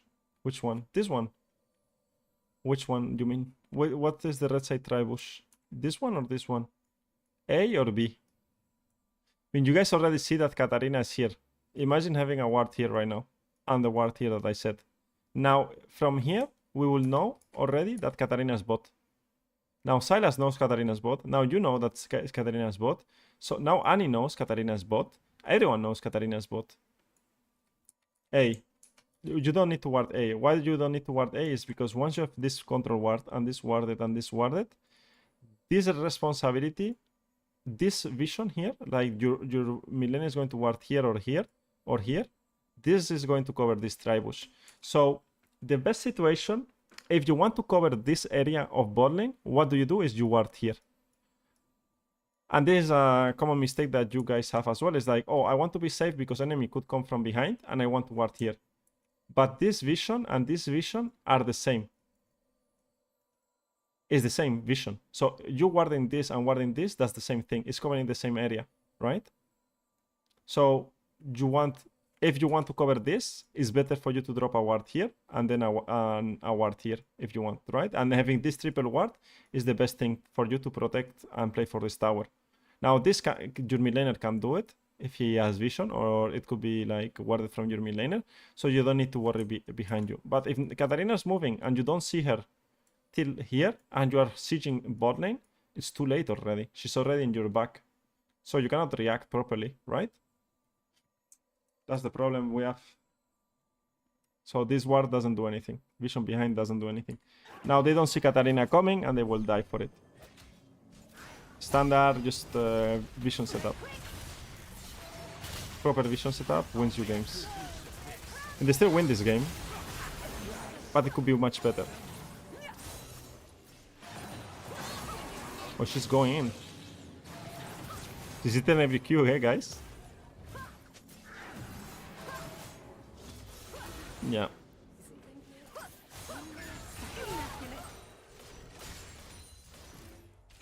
Now here, Samina still goes bot. I mean, not hitting the flower was almost troll from Nautilus. She does have to open bot lane. You're playing with Kaylin into a kill lane. So opening bot lane is not that bad. Now, Kaylin could play alone if she wanted to.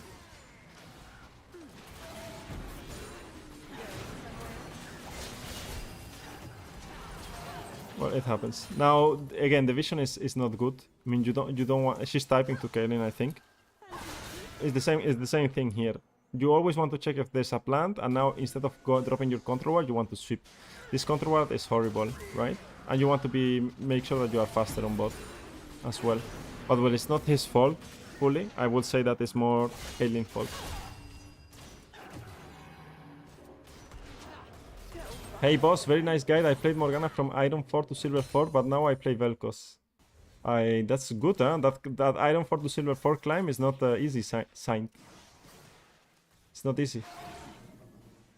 Mechanically, at least, she's a lot better than the Silver one. Yeah, mechanically, she's playing fine. And she knows her damage, right? She plays a lot of Morgana. So that's great. But there is... I mean, this is the thing. If you are good mechanically with the champion, one champion, and you get the knowledge in, and you know what to do in the games, and you learn, then you're going to climb a lot, right? Because you already have one part of the game covered, that is like playing your champion and understanding what to do with your champion. And then the other part is like knowledge, how to play certain situations. But well, hopefully Galactic learns from it. For example, this type of vision I dislike a lot, right? Opening mid lane for no reason here makes not much sense when you're playing with Kaylin. You always want to hover the Kaylin because this tower was free if you could get it, right? Going from the river is really good. The Qs are really good. She hit every single Q this game. Now the same concept goes here, right?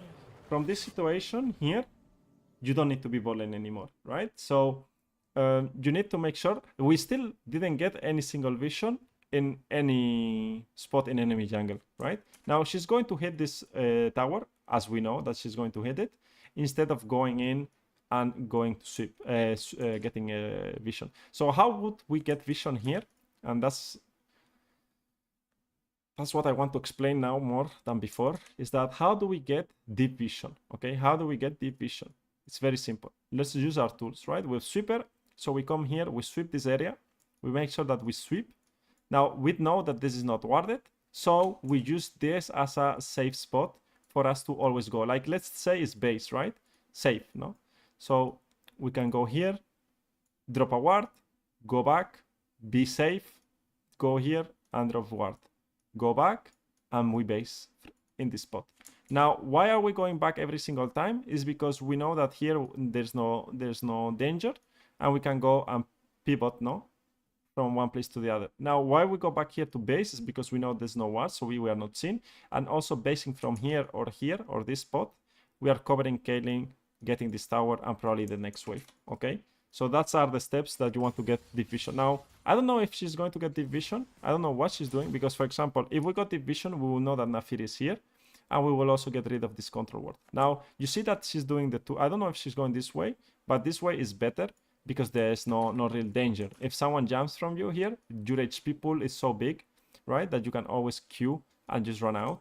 You also flash, so you're safe, so you can take bigger pathings. You see that she's sweeping places that make no sense and now going back. You have to have control over this bush. She goes Celestial Opposition. She's not doing anything here, right?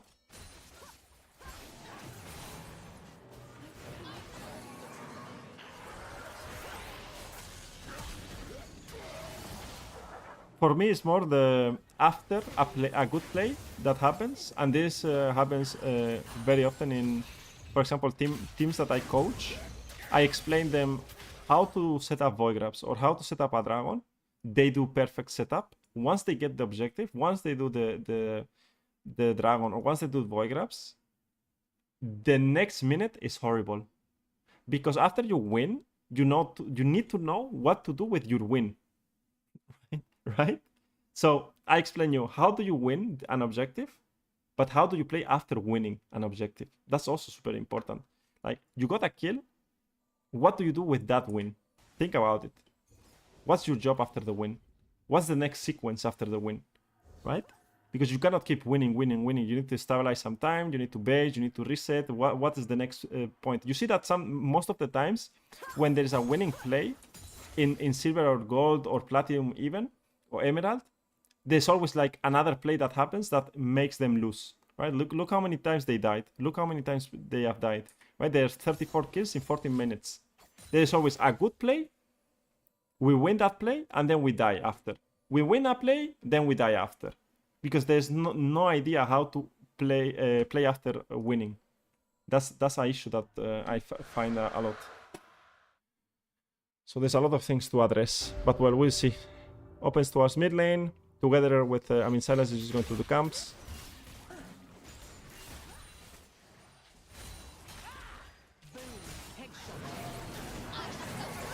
I mean, the fight here, you see like the same thing happened with the bot lane, right? Enemy bot lane is the same. They had a good play, or they killed, and now they will end up dying. Oof, Katarina saved that guy. He doesn't miss a Q, by the way. He doesn't miss a Q. So, what's up? ¿Qué pasa, Nakrot? Hola. And here, I don't know what she's doing. A bit sad. I mean, it's just playing for too much skills, right? I mean, I understand you play Morgana, full AP, you have the Blackfire Torch, right? Full AP, you even have Sorcerer's Boot, Zazak. You're just playing for kills and you don't play them up, right? Which ends up, what will end up happening is that you will have inconsistent gameplay, right? If you are playing support like this, you will not, you rely a lot on your mechanics to win games. And when you rely a lot on your mechanics to win games, if you are a support player, you are going to suffer a lot of frustration games, and you are not going to find the most success. Because when your teams are going to be good, or you feel good, like you're playing good mechanically, maybe you are getting some more wins. But you want to be more consistent, even if your teammates are not that great. And also if you are not having a great day mechanically, but you still know the theory. You saw how they got the tower? He keep hitting the tower instead of getting some vision. This is Silas Ward, and now she's going to die again, right? So we had a good sequence into a death, a good sequence into a death, a good sequence into a death 4 times already.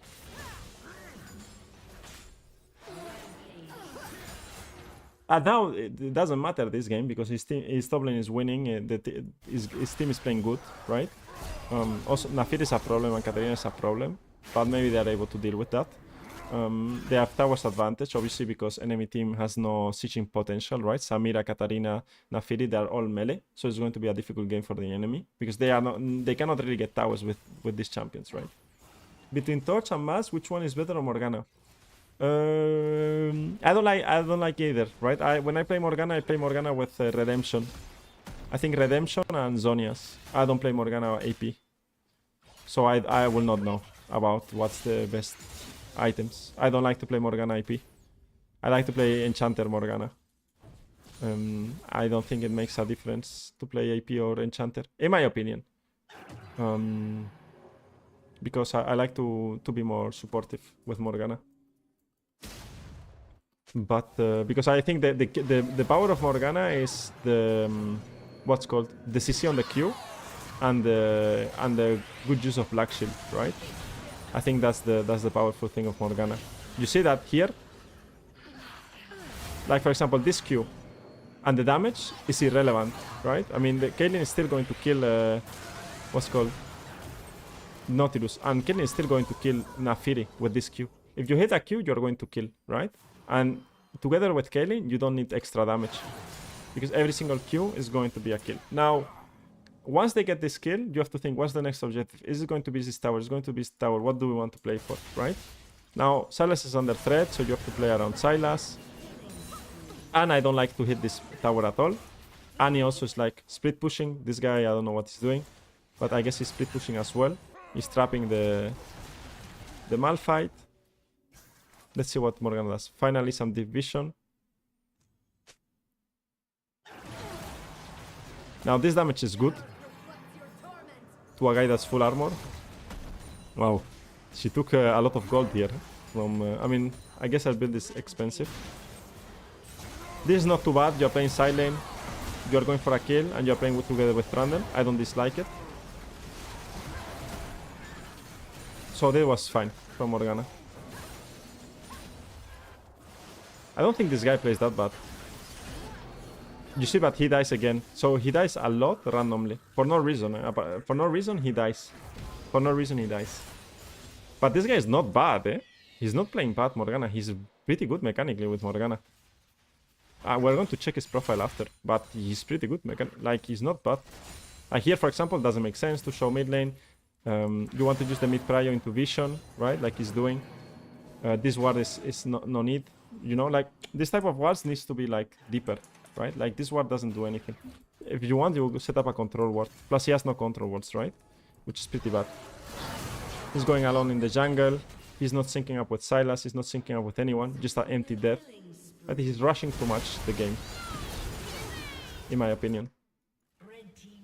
Like, he should be alive right now and have some vision around here. And also, he could play together with Trundle and make sure that Trundle wins this. He does win it alone, but yeah. I don't know what Sylas is doing top. He should be bot lane right now, Sylas. But while Katarina is defending, and here they end the game. Or they don't.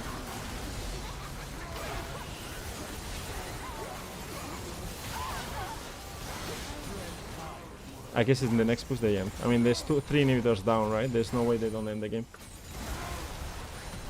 Is he killing everyone? Trundle broken, guys. He almost did. I think here there's just Dragon into Atakan, into end.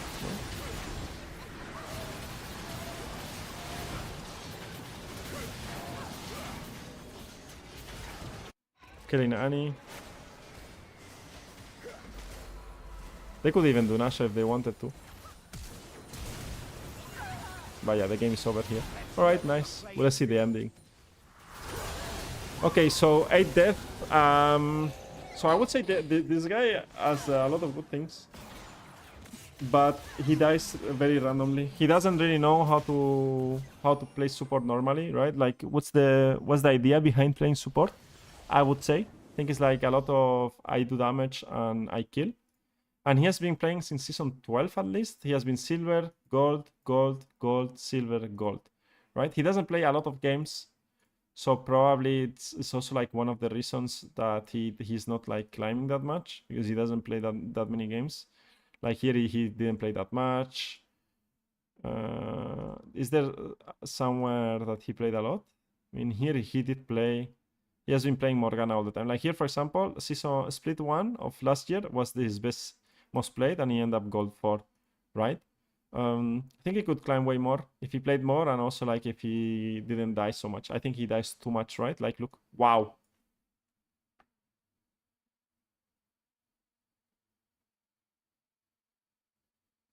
Wow. 10 deaths per game. 10 deaths per game. He dies 10 times per game with Morgana. 10 times per game with Morgana. That's insane, by the way. That's so much. So many deaths. 10 times. So you guys see that with one replay? Yeah, that's the same as I just main. Yeah, exactly. With one replay, I already know the 3 tendencies of this guy playing the champion. With one replay. That's how good I know. I'm joking. That's how good I am. But I already know that his tendencies from one game. I didn't even look at his profile picture. I said, this guy dies a lot, doesn't know what to do after a winning sequence, and lacks support fundamentals, right? Then we go to his OPGG, and then you can see it by stats, right? You can already see it that I'm right. That he plays good, but he dies too much for no reason. And we can see it here. But it's not because he's bad, right? He was not bad playing the game. He just doesn't care to make sure that he resets or what to do after killing people, right? He's too aggressive, right? When he doesn't need to be. Is it too aggressive or is he just playing bad? What will you guys say? I would say it's too aggressive. No, I don't think he's bad, but I think he's too aggressive, right? Playing the game. Like he has only one thing: go forward, go forward. flashing forward, flashing aggressive. I would not say he's bad player. He's not bad at all. I could see myself dying around that much. I mean, to learn is fine, right? I mean, I've died a lot, by the way, playing new champions. Like for example, yesterday, what did I play yesterday? Yesterday in my account, I played Fiddlestick. I died 10 times. Kennen, right? I'm trying new champions, so I do die a lot. But overall, with my Fiddlestick, how much do I die? I die 5 times per game, right? Sometimes I die 7 times, 11 times, right? But normally I don't die that much. But it's a champion that one I'm learning, and you don't want to die so much, but you still need to play the game, right? But yeah, if you're playing so many Morgana games and still dying so much, something is going on. He's not like, he doesn't really look into being better at the game, right? Most likely, or not looking at what his mistakes are. Isn't that the same thing though? If you are doing something bad when driving, you're still a bad driver, no? It can be. I don't know. I liked how he played, but I think it's really easy to fix his mistakes. If he is willing to fix it, he will be really good. He could be really good. He could be Emerald easy with 1 or 2 things, because the mechanics part is already there. He just needs the knowledge and understand the game. But then it depends. It depends on him, right? Obviously, I'm doing random players, so I don't have contact with them, right? Maybe they watch the video. I've not seen someone that said, "Hey, that was me." No one yet said that in the comments. So yeah. Now I want to skip Platinum and Emerald. I think it's very similar. For me, these are the most low quality reviews. Platinum and Emerald. Gold, Silver are pretty interesting. Then for me, Diamond and Master are interesting. Diamond especially, right? I want to see a Diamond 3 player playing Morgana support. So we can go for that. And then we can see a Challenger game or Grandmaster game, right? We can do these 3 to end the stream, right? We can do 30 minutes each. No need to be that long. And yeah, we can look for that. Okay. How do we do Diamond? I think Diamond, what we could already do is like type the name Morgana, and from here we already find good Morgana players. If he was over aggressive but didn't die, or overall didn't have 10 plus death on every champion, I think we could say it's just aggression. That's wrong, but the KDL and rank kinda is for a bad player for now, I think. I mean, if I didn't watch this game, I would say it's a bad player. If I didn't watch this game, I would say it's a bad player. But I don't think it's bad player because I watched this game, if it makes sense. I just think he's stupid. Sorry for the honesty, no? I just think he plays stupid. Emerald 1, Diamond 4 is the worst elo. Changed my mind. No, it is hard elo. Is it the hard elo? Can we find a Diamond 4? Do you want to see that elo? We can watch that elo as Morgana. Or we can look for that elo as Morgana. So we can look for a Diamond 4 player that plays Morgana. We can find it in like let's see, 222. Where is 222? Oh, it's another 2. How many Diamond players are they? Not that many. Not that many. How many Diamond players? Not that many. 6. All right, Diamond 4 0 LPs. We can look Diamond 4 0 LPs, and we just need to see top champions played Morgana. The only issue I have, you see this guy plays Morgana, is that not a lot of players play Morgana at this elo. But maybe I'm wrong. He played 15 games on Morgana. He's a Leona player, you see. So this is normally how I research my Morgana, I mean my Silver to Challenger players. I just go and look at the top 3 champions. That's why also I don't go too much off meta. Because if I go off meta, then I will almost never find them. But it's doable, it's doable. The thing is that Morgana players in Silver and Gold, there were so many. And here there are not many players. And also if you play Morgana, maybe you played Morgana jungle, right? But meanwhile, you guys can ask me questions and I can answer them. It's better than Gold and below, not gonna lie. It is better than Gold and below. 100% is better. 100% it's better. Let's see if we can find a Diamond 4, just Diamond 4 around Emerald, Diamond, Morgana player. That would be something good. Something really, really good. Let's see if we can find someone. I mean, Dazzling Light is playing Lux or Morgana. I mean, Lux or Mel, no? He only played 4 Morgana games. Did he play Morgana recently? 2 weeks ago. But it was mid lane. It was not support. This is the problem, right? There's no Morganas high elo. So there are Morganas in low elo, but not that much in Notorious Thresh. Most played is Nami. Alright, guy. He played 12 Morgana games. Did he play a Morgana game recently? No. That's what's up, B? Hello, hello. Time to practice Mel to counter that annoying root. I mean, Mel is getting buffed, no? Next patch. Next patch, I want to try out Mel. I want to try out Annie. Annie is also getting a really nice buff. Most likely for the mid lane, right? But we can see, we can see. This guy plays Morgana, so maybe he played some Morgana games. Well, he does play Morgana from time to time. Yeah, but 3 weeks ago. We need someone that played recently Morgana, guys, around Diamond Elo. Can we find the guy? Can we find the guy? Patience, no? We need a bit of patience. D4 can be worse than silver. I mean, it depends, yeah. D4, the thing is that you already have like some knowledge and you want some things going in the game. And people are griefing sometimes, or just by ego, they try to run it down, which is not that great. So many Aram players, so many Aram Arena players, Arena abusers. Guys, Arena doesn't give elo. Aram doesn't give elo. What's going on? We have to play for Master. Come on, Diamond 4 into Master. It's been a while since I've seen an any support. Yeah, any support. I'm excited to see. Have you made a video on wave management? I feel I'm really bad at understanding proper wave management. I've not made a video, but I'm thinking about it. I'm thinking about it for supports. Just simple wave management. We found one. We found one player. We found one player 2 weeks ago. There was a new patch 2 weeks ago. Are we able to access? He is Diamond 4. He plays a lot of Morgana. I think it's fine. We can look at his profile.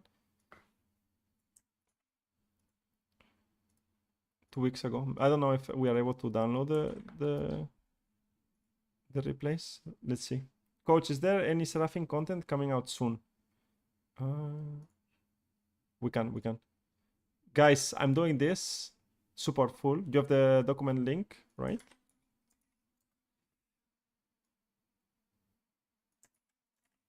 I will share it here. So I know it's a bit bright right now, but here the document you have different what's called. I'm going to work on it while I'm on stream, right? Right now you guys can watch it a bit. So here, for example, ID carry synergies. I still need to do it on stream. I will do it on stream.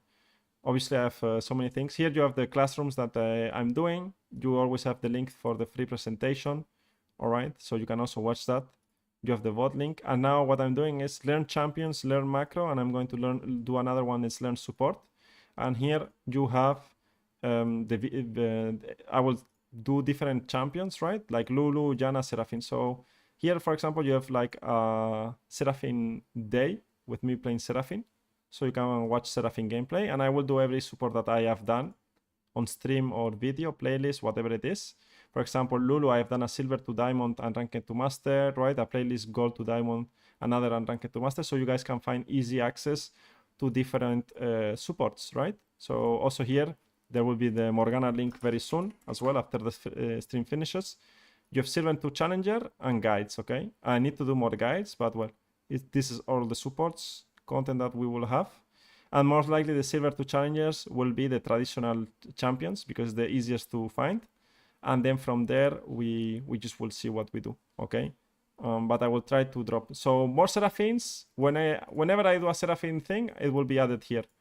All right. So for now, I think there's only one video about Seraphine. It was pretty good video, to be fair, with Seraphine, because we played a lot of games, right? You always have here the matchups as well. So we played so many games, but probably you saw already, right? So I don't know if you saw it already. So I will work on that, okay? The document will be slowly but surely a bit better every time, and there will be a lot of content, and then there will be a lot of content. That's what I will try to do. Let's watch this game, Diamond game. I'll definitely be asking for a team ban pick content just for the clash. Yeah, I have to do I want to do a drafting guide, but for supports.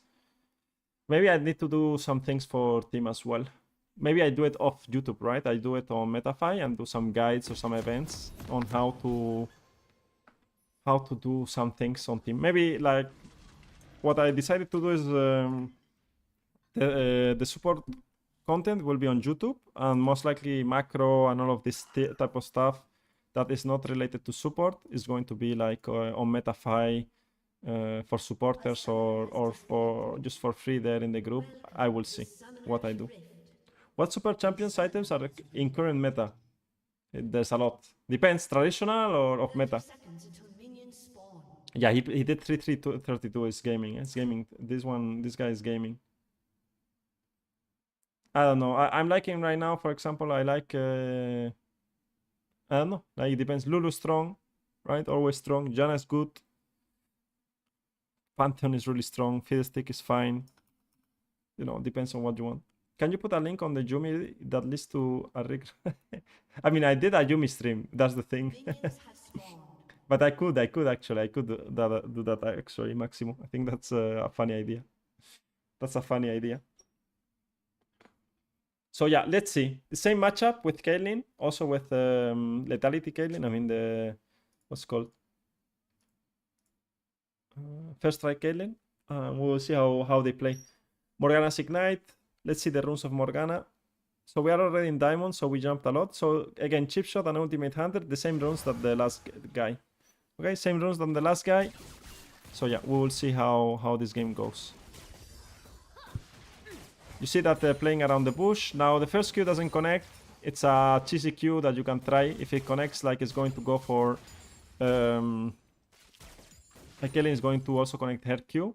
And here is a winning matchup, right? A winning matchup means that no need to hit the wave that much.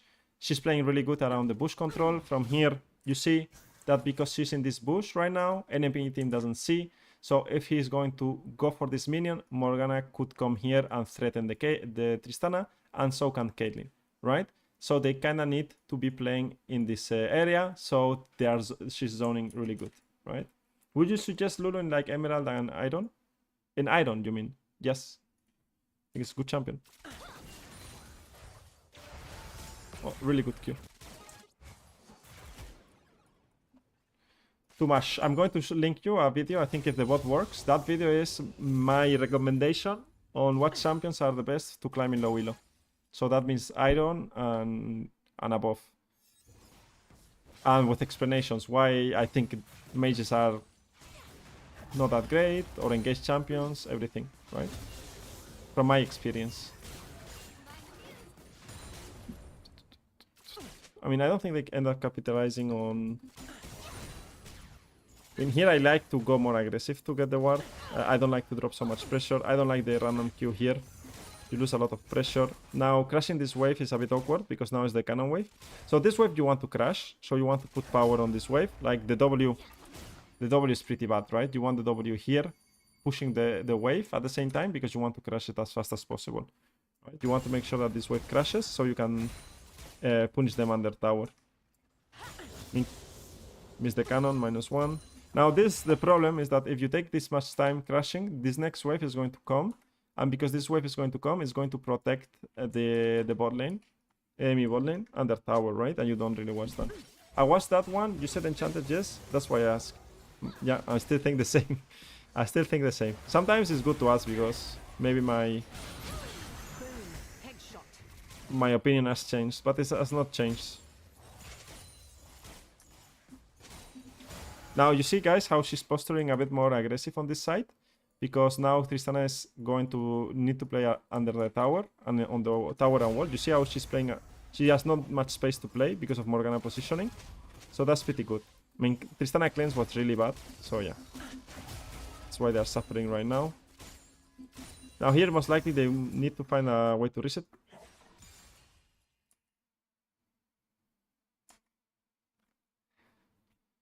Well, we see Fiddlestick on mid lane, so I have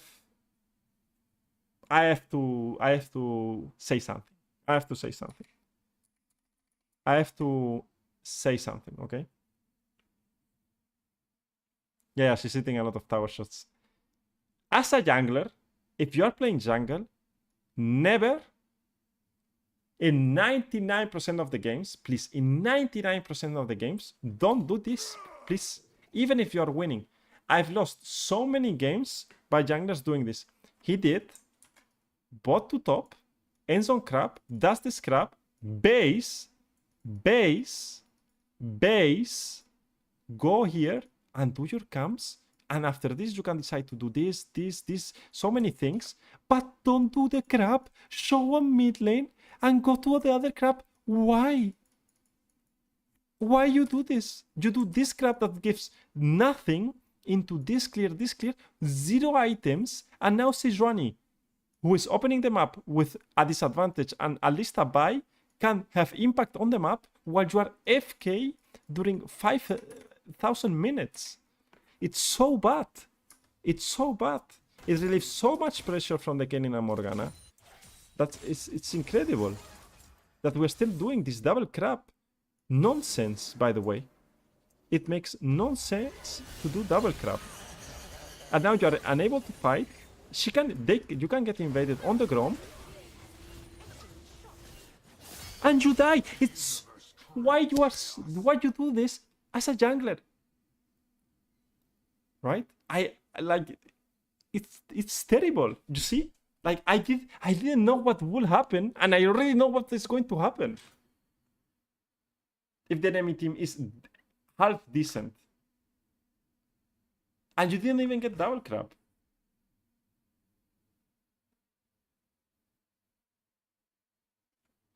Where are the jungler mains? We need more junglers here. Cannot be possible. Yesterday in Master 300 LPs, my Mundo did the same and we lost the game there. Because he got invaded after, obviously. You have no items, my friend. Now Fiddlestick lost the game. 2-0 start. What a way to throw. What a way to throw. I was a jungle main. Well, now you're in the good side. And now Morgana did a really good move towards the crab, and now the bot lane also is losing. I mean, bot lane was already losing.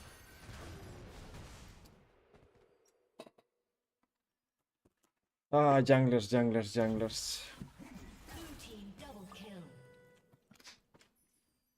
Fiddlestick lost the game. I mean, bot lane didn't play great enemy bot lane, but Fiddlestick lost the game. Why did he lose the game? It's because... wait, what are we doing with Morgana? We go to a mid lane. Interesting. Okay, move together. At least syncing up with the jungler, not a bad idea. You get like this type of situations. Is keep going. He was not bot lane. You see, he was not bot lane because Caitlyn doesn't need help crashing the wave. Caitlyn crashes the wave and going to reset. Now it's a cannon and she needs to keep running. You see how she keeps running? This is good towards the tower. This is really good. Now they will try to cancel the base. But because it's a cannon wave, he will take extra time to crash it. Now Morgana is still being annoying. I think she could already base, but well. I like that she's being annoying, right?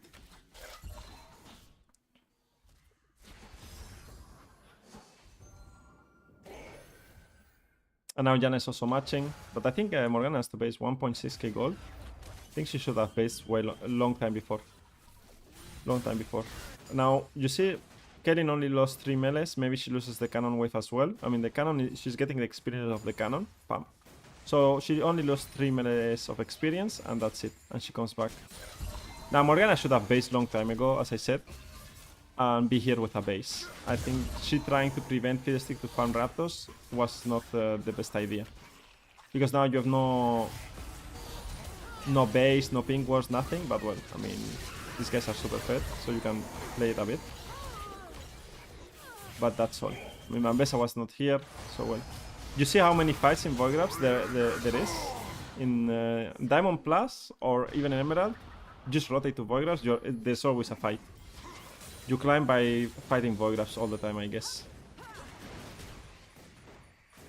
Alright, let's see what Morgana does. She buys directly the Seeker's Hammer. I don't know. Seeker's the best item right now? No control ward. Well, I have a problem with that. No control ward is a problem. Especially when you are playing with Caitlyn in your team and he's dead. Because now after this, you have a counter ward and 3 wards, and you could get the vision. I don't know what he's going to do. Is he going to ward now? I mean, I would play the wave first, because Caitlyn wants to crash this wave, and then I would ward.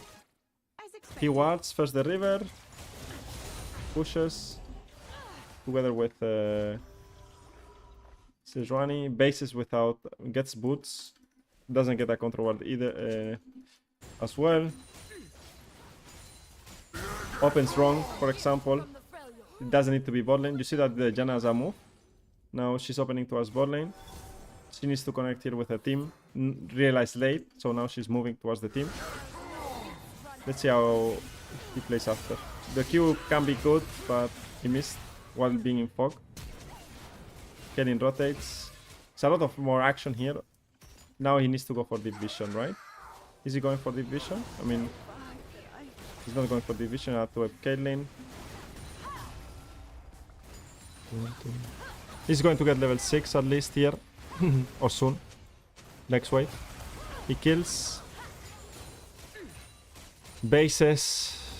No.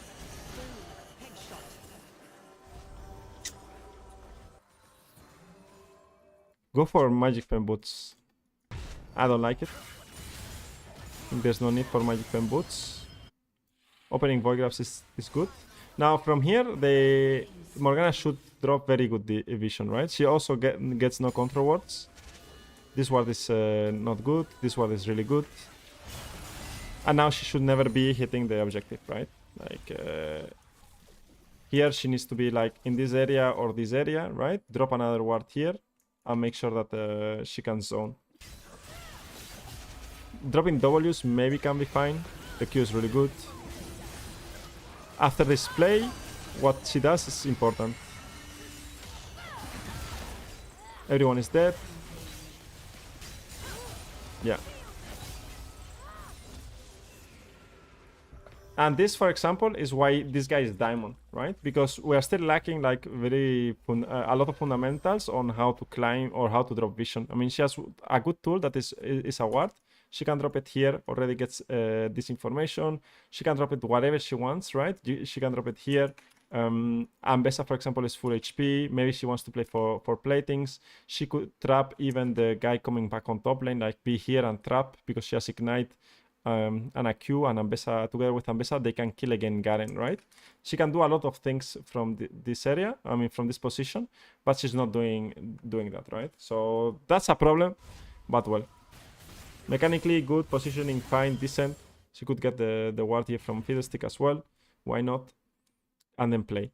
Now again, she's holding a lot of gold because she wants to buy Zonia's first item. This opening right now is really bad.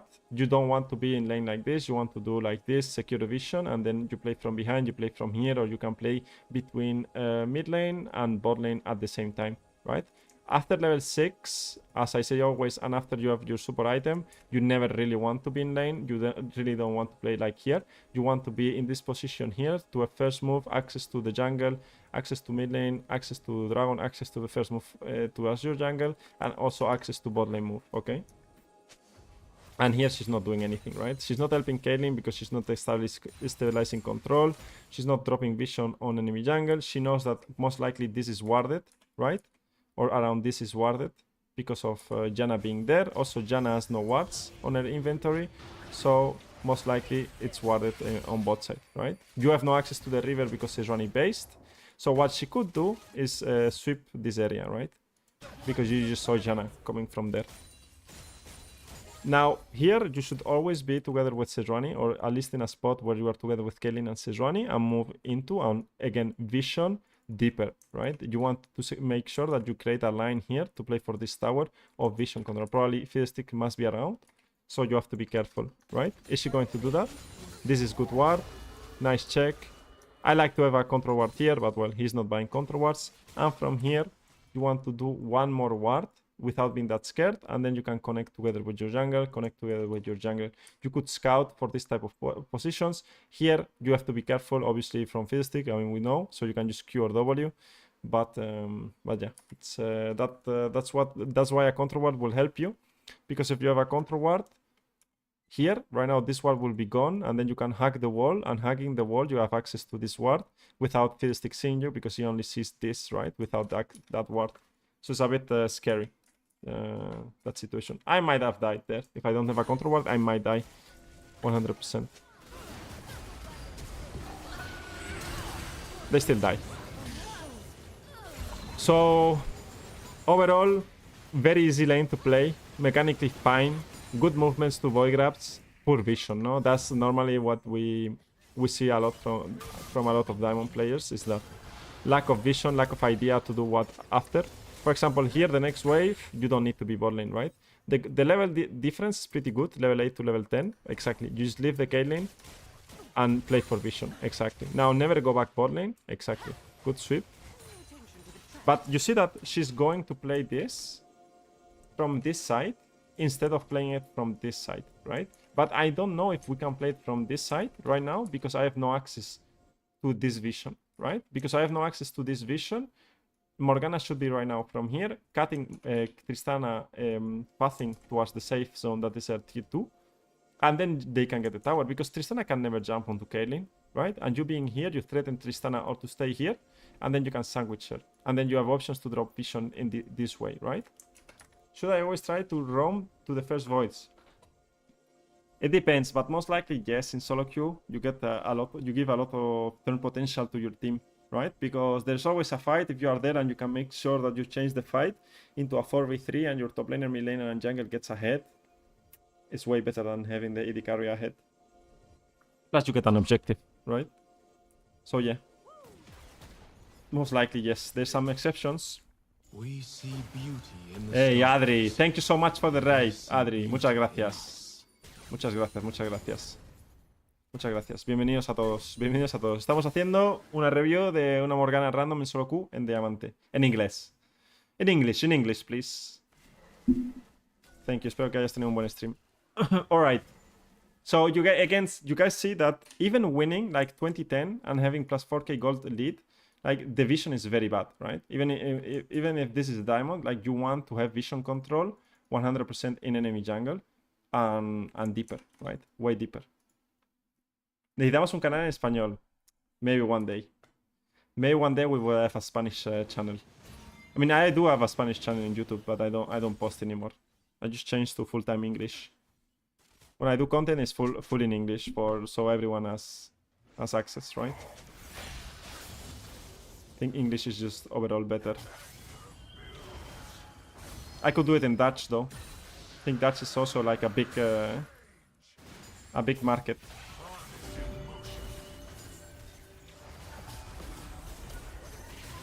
I'm not a fan of being mid lane here, honestly, but it works out. Again, use your tools to play the game, and she's not using her tools to play the game. Also, like, compared to the silver and gold Morgana, he's moving around a lot, right? He's moving around a lot, which is really positive. And you see, again, she's connecting together with the top laner. You see, the Morgana is connecting together with the top laner. What did the silver player not do is connecting with the Garen. If you guys were here on the silver game, Morgana didn't connect with Garen. Now Morgana connects with what's called Ambessa, and from here she needs to give vision, or she's going to help like the Zera that is very as well, and they will kill. They will end up killing the Fiddlestick.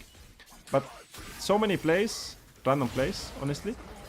After this, again the same thing. Click to enemy jungle, drop your vision, because this is not warded. This needs to be warded, right? Because Ambessa is going to split push a lot, and also she's winning into Garen. I mean, she's fine into Garen.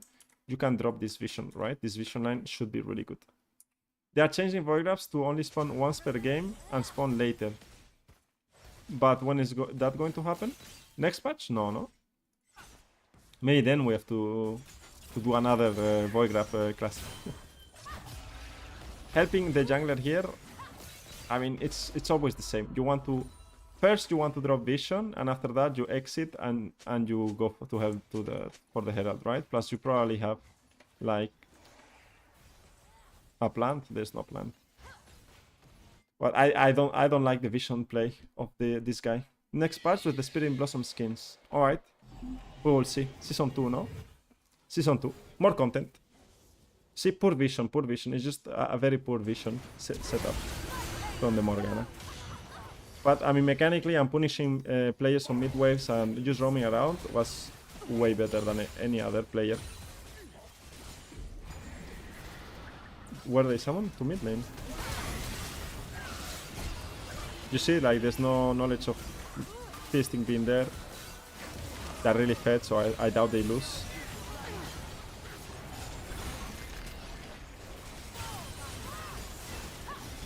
How is this game this long? Wait, this game is super long, no? This game is so long. Why is this game so long? Look at this. Why is this game so long? Like, this vision is good. Maybe a ward here. I like the carry ward on the enemy base.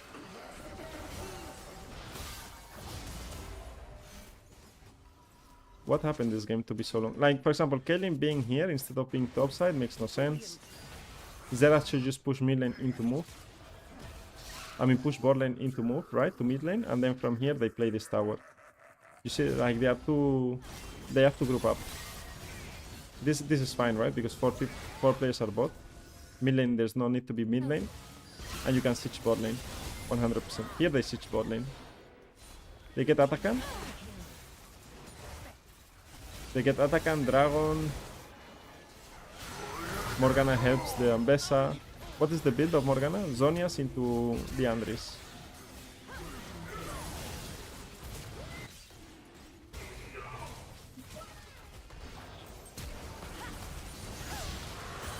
No wards in mid lane, no? They get inhibitor. Who died? Zerab died into Tristana.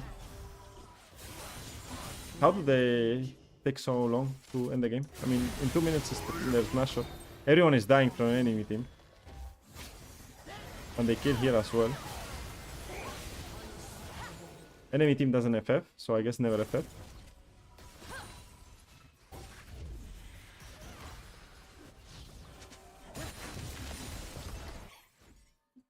They get this inhibitor as well. What happens? They try to end, but they cannot, no?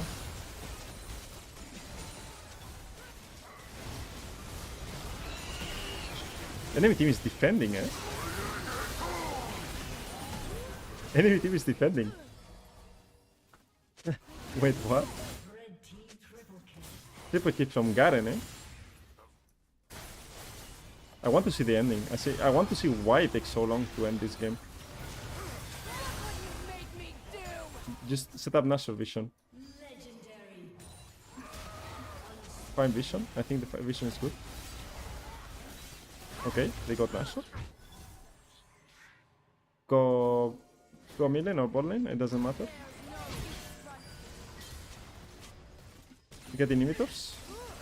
I think you have to wait a bit, for example, because Ambessa is bot. Ambessa has no TP. Ambessa misses the ultimate.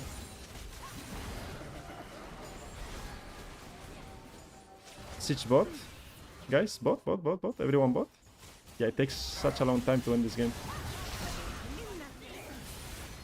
How many languages do you speak? I speak 4 languages. Spanish, English, I hope. French and Dutch.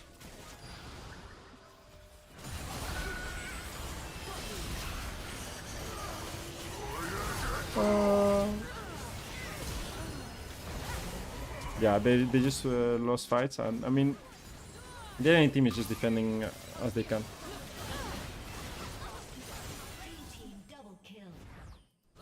But it's still going, by the way. I mean, she still needs to kill 1 player and get a couple of assists. So they don't end here. The enemy team fought a lot, eh? To not lose. Still goes for a while.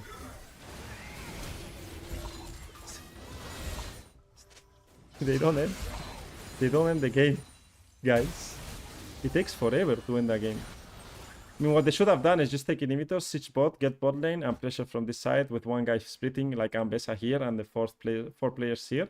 Get this, and from here they end, right? They just got really greedy because the Nexus was open, and they tried to end with the Nexus open, and that's why the game got like so delayed, because they tried to end with the open Nexus when Ambessa was no TP and end side lane, so obviously that numbers disadvantage, and yeah. Here it's over. Alright, nice. Will they reset the ranks? No, the ranks will never reset till next year. Next year, the ranks reset. Thank you. Thank you, Riot, for that change. Honestly. I think that change is the best change they did.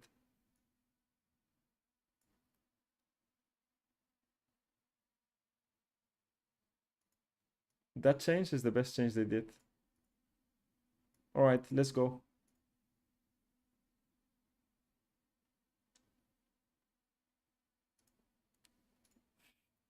Let's go. Let's go for Master Morgana. Now what we can do is like select the best Morgana players, right? So we can see how the best Morgana players. For me, the Diamond player, okay, was good, but a lot of vision lacking. Yeah, but that's normal, right? I mean, every time I coach players that are in Diamond Master, Grandmaster, the vision is just really bad. I mean, vision in general is always really bad. They don't know what to do after a good play and so on and so on. But well, it is what it is. All right, we can see some master players, but I think it's jungle, right? It's jungle Morgana. 100% is jungle Morgana. There's no way it's super Morgana. It's super Morgana? No, it's mid lane Morgana. I don't know, or AD carry Morgana. Let's see, let's see. It is super Morgana? This is super Morgana, no? Or jungle? I don't know, but it's not playing Morgana anymore. Let's see. Maybe we can get a challenger with Morgana. Are we lucky to get... maybe we can do a challenger Morgana. Let's see. There's no way there's a Morgana player here, no? Let's see in Korea. Is a Korean Morgana playing? Imagine there's a Korea Morgana right now. Just that started. No one plays Morgana, guys. No one plays Morgana. No one is playing Morgana.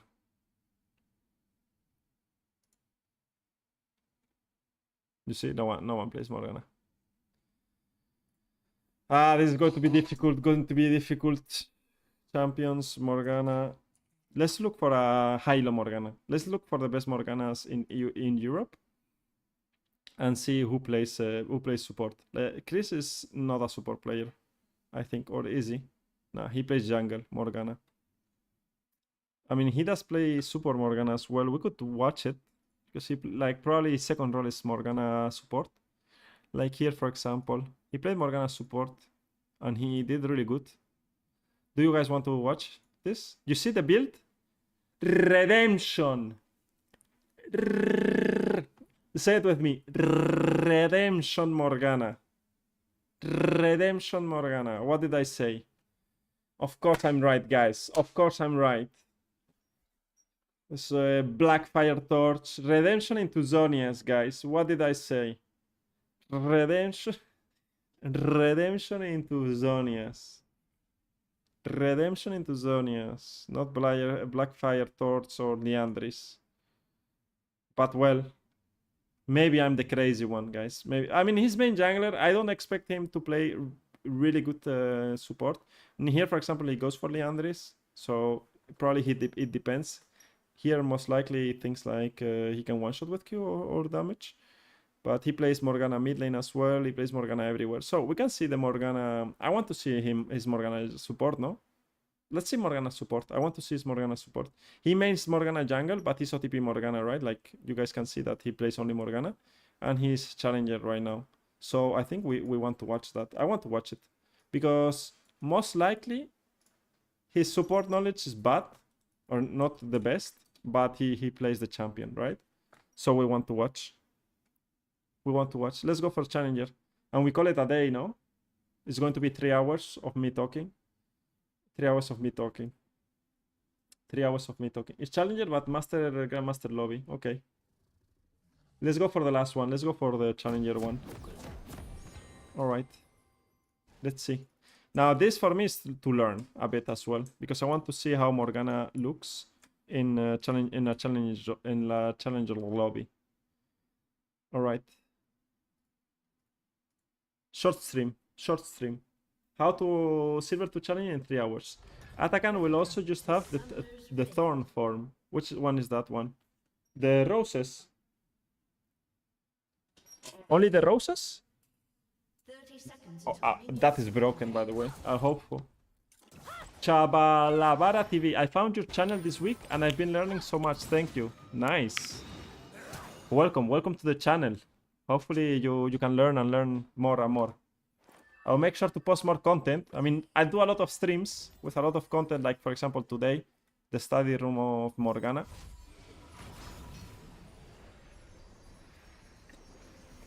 But I will try to post more content on YouTube as well. Like video formats, I mean, and some shorts. I'm happy. Which video you found first, Chabalaba? Chalaba. Chaba. I mean, Chabalaba. I mean, I sound so stupid. I sound so stupid. No way Jack survived that. No, I mean, no one dies in the zero, man. Everyone is like plus 100 health, you know, Veluria in Challenger.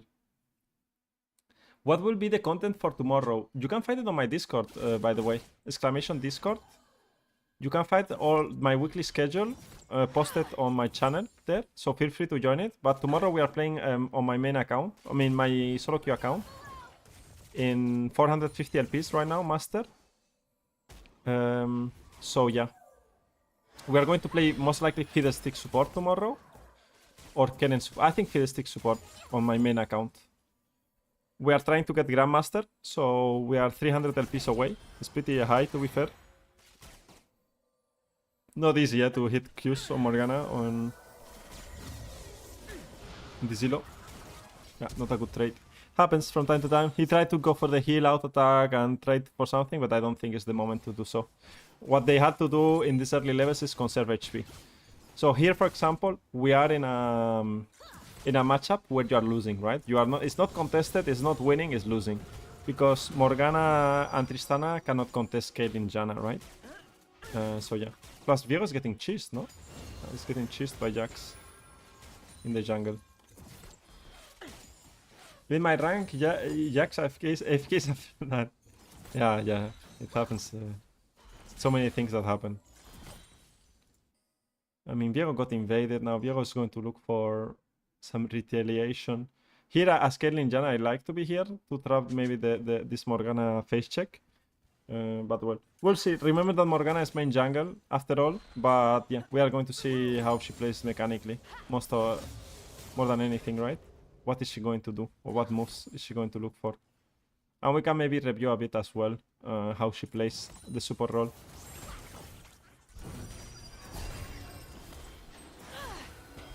I mean, the Qs that you will see they are like... she's trying to throw them at the what's called sidestep, right? Most of the times, because people sidestep a lot, so it's not easy to hit skill shots, because sometimes they sidestep, sometimes they don't sidestep. You never know. Maybe tomorrow we play Pantheon. I want to do a Pantheon day as well this week, but we will see. So they want to crash this one because this one is a normal wave. The next wave is going to be a cannon wave. So they could crash this one and just have the base. Now, once she bases, she probably is going to open mid lane and look for a play in mid lane or top lane, or maybe go back bot lane. We'll see how they play it. But yeah, you see that they crash the wave. Tristana knew. I think I found the Thresh stream, but now I'm going through the support playlist. Nice. Okay. The Thresh stream is the Silver to Challenger one? Or a Thresh, me playing Thresh? Because if it's me playing Thresh and you stayed watching, then you're a warrior. Then you're a warrior. If it was gameplay or it was like a theory. I'm curious to know that. Alright, boots and pink ward and a refillable. It's pretty common. I mean, refillable is nice into what's called into range matchups. So yeah. Pretty common. Right now you have a control ward and a... I mean, yeah, it's what we said. Yeah. Common mistakes like dropping ping ward here, really bad, right? Even if this is Challenger, it's like support fundamentals, you know, even in Challenger. The placement of the ping ward is terrible, and also it should be here. And also, you want to drop this control ward if, for example, Viego is nearby bot lane finishing Gromp, and he wants to gank you, right? And now you give him access with this control ward, right? So hold it till then, and then you place it, right? You don't want to place it that fast. It doesn't do anything. At all, because what Morgana should have done is like just open towards mid lane, and from here you can place a normal ward here. So this ward is going to cover, as we said, this tribush as well, right? And it's also going to defend the entrance of these camps for Viego, because Viego will end up going bot lane. But also you have to make a decision, right? Because if Viego's on Raptors right now, he could, after Raptors, do Voidgrafts, right? Or he could continue his pathing towards the wolves. So here, as a support, you have to pay a bit of attention. If you want to do the move towards Voidgrafts, or you want to make sure that you connect with Viego after one of these camps in bot lane, right? Now he's going to move towards the fight in mid lane. Coach, how do I counter my existential... What? I don't understand that. I don't even know what dread means. Language barrier. So I mean, roam in mid lane, they match. The problem that I have with this roam, exactly, is that Jax is not involved. Or, I mean, that Jax, we don't know where Jax is, and Viego just resetting after Raptors, right? So normally contesting this this play in mid lane is very dangerous if you don't... fear of existence. What even is the meaning of life? Just play solo queue and win some points. That's the meaning of life. At least for me. So they got lucky. Why they got lucky is because they end up getting a 2v3, positive 2v3. So I feel like it's a bit lucky, and Viego was not involved. So this is so good for Viego, because Viego is not spending time on mid lane, and they still got a 2-for-1, which is insane, right? It doesn't make any sense. But well, so late on the roam, still matched the roam. The enemy jungler was not there on time, and they got two kills, which is insane. Now the wave in bot lane. Why is Morgana going bot lane and not Voidgrafts? Because look where Viego is, right? Viego is doing Gromp right now, so Morgana is going to keep playing bot lane. Okay, how are they going to play bot lane? So Caitlyn is going to be in this position right now here. She's going to farm. Now if we put the vision of Caitlyn, she doesn't see anything, right? And Voidgrafts are up, so maybe they think, okay, maybe they're on Voidgrafts, and she has no flash. All right, how do you attack Caitlyn is, if she goes for minions further up, she's going to lose vision from this area as well. That means that they could attack and go from this angle right now, right? She has the E, so she can like dash safely, but if she gets hit by Q, I think she's going to die. So let's drop the... let's look at it with Caitlyn perspective, okay? Let's see. So you see that there's no vision here. They should be hugging the wall, and now they jump. You see how he perfectly jumps from this spot here? So now he's going to land here without Caitlyn being able to react. Now Caitlyn, if she had flash, she could flash the slow of the Tristana W, but it's too late. Once the Tristana slow hits, she's dead. She has only the option to play into minions to avoid Morgana Q, or she could go down, but Morgana will always hit the Q. Why? Because as Morgana now, you have two options. If you see a really good Q angle because she's too slow to dodge, then you can throw it, or if not, you can just keep walking, and then like Caitlyn has to make a choice, right?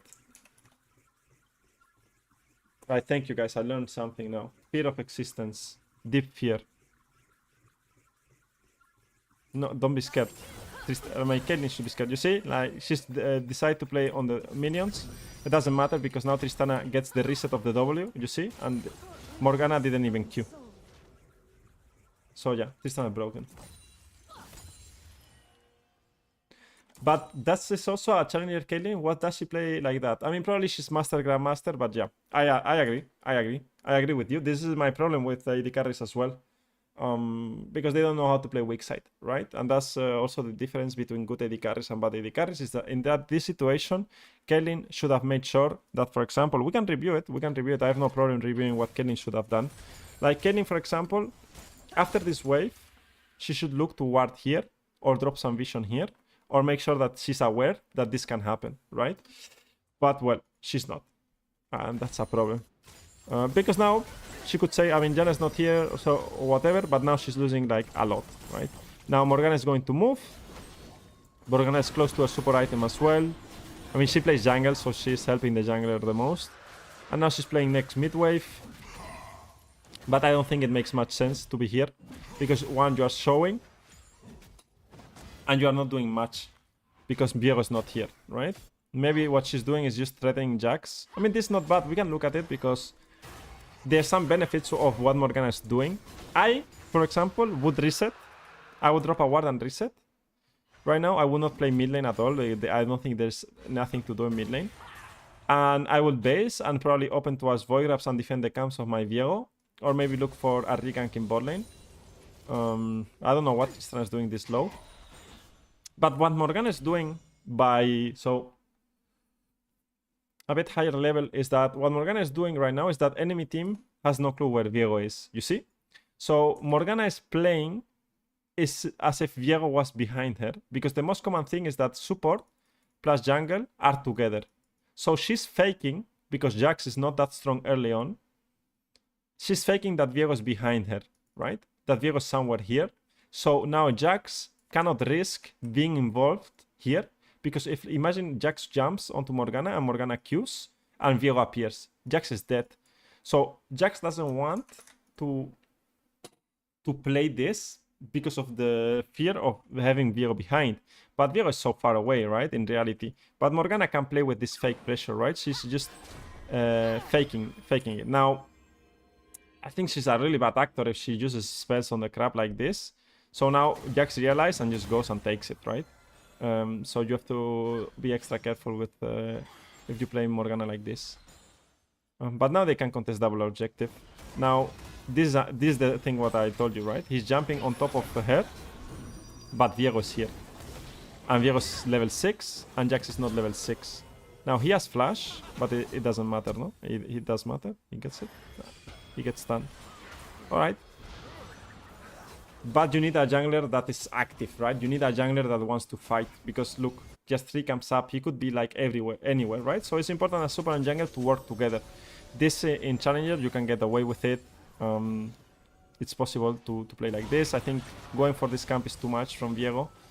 It doesn't make too much sense. Plus Morgana couldn't stay because she had no mana, right? But she's going for redemption first. She gets control ward, 3 wards, Kindle Gem. Kindle Gem here is okay. Why not? Gets you tankier, the CDR is fine. Now opening, I would open through here and make sure that you defend camps.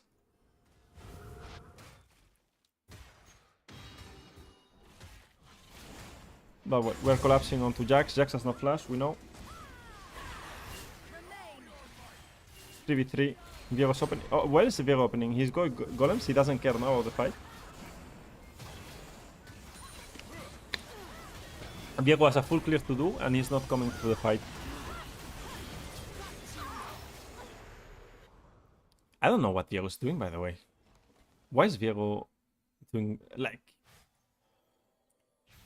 this challenger? By the way, West. Viego doesn't want to fight that. He said no fighting. He's just farming. You see how, like, you see the mentality of the junglers?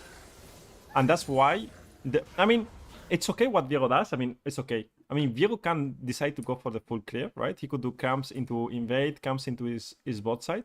But at the end of the day, if you are, like, playing, like, you see what your jungler is doing, and your jungler dictates what he wants, right? So right now, you know that Viego doesn't want to fight. You have to disengage, right? The fight.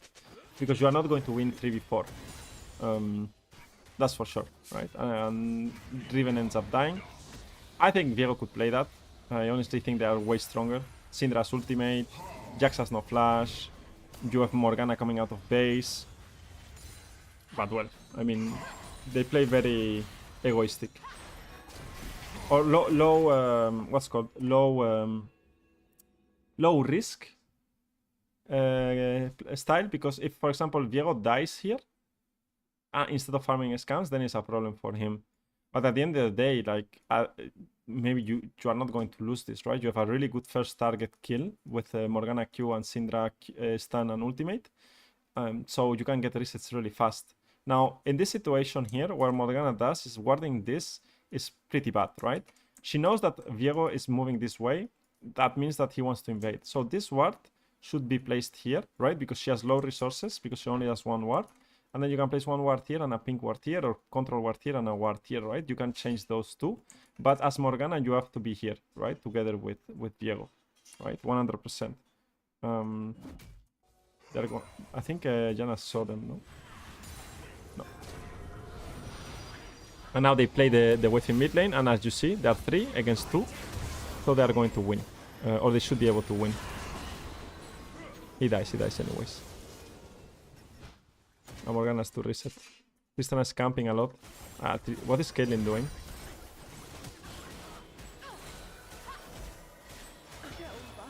Caitlyn is faker. Almost got a double kill there. 1v2. Tristana didn't barrier or didn't have barrier? She didn't have barrier. Alright. Let's see Morgana what she does after. So far decent. Not the best warding or super moves, but fine. They're playing on million weights very heavily. I don't know why with an Asus, but... And here you see how much they connect together? Super and jungler, they're always together.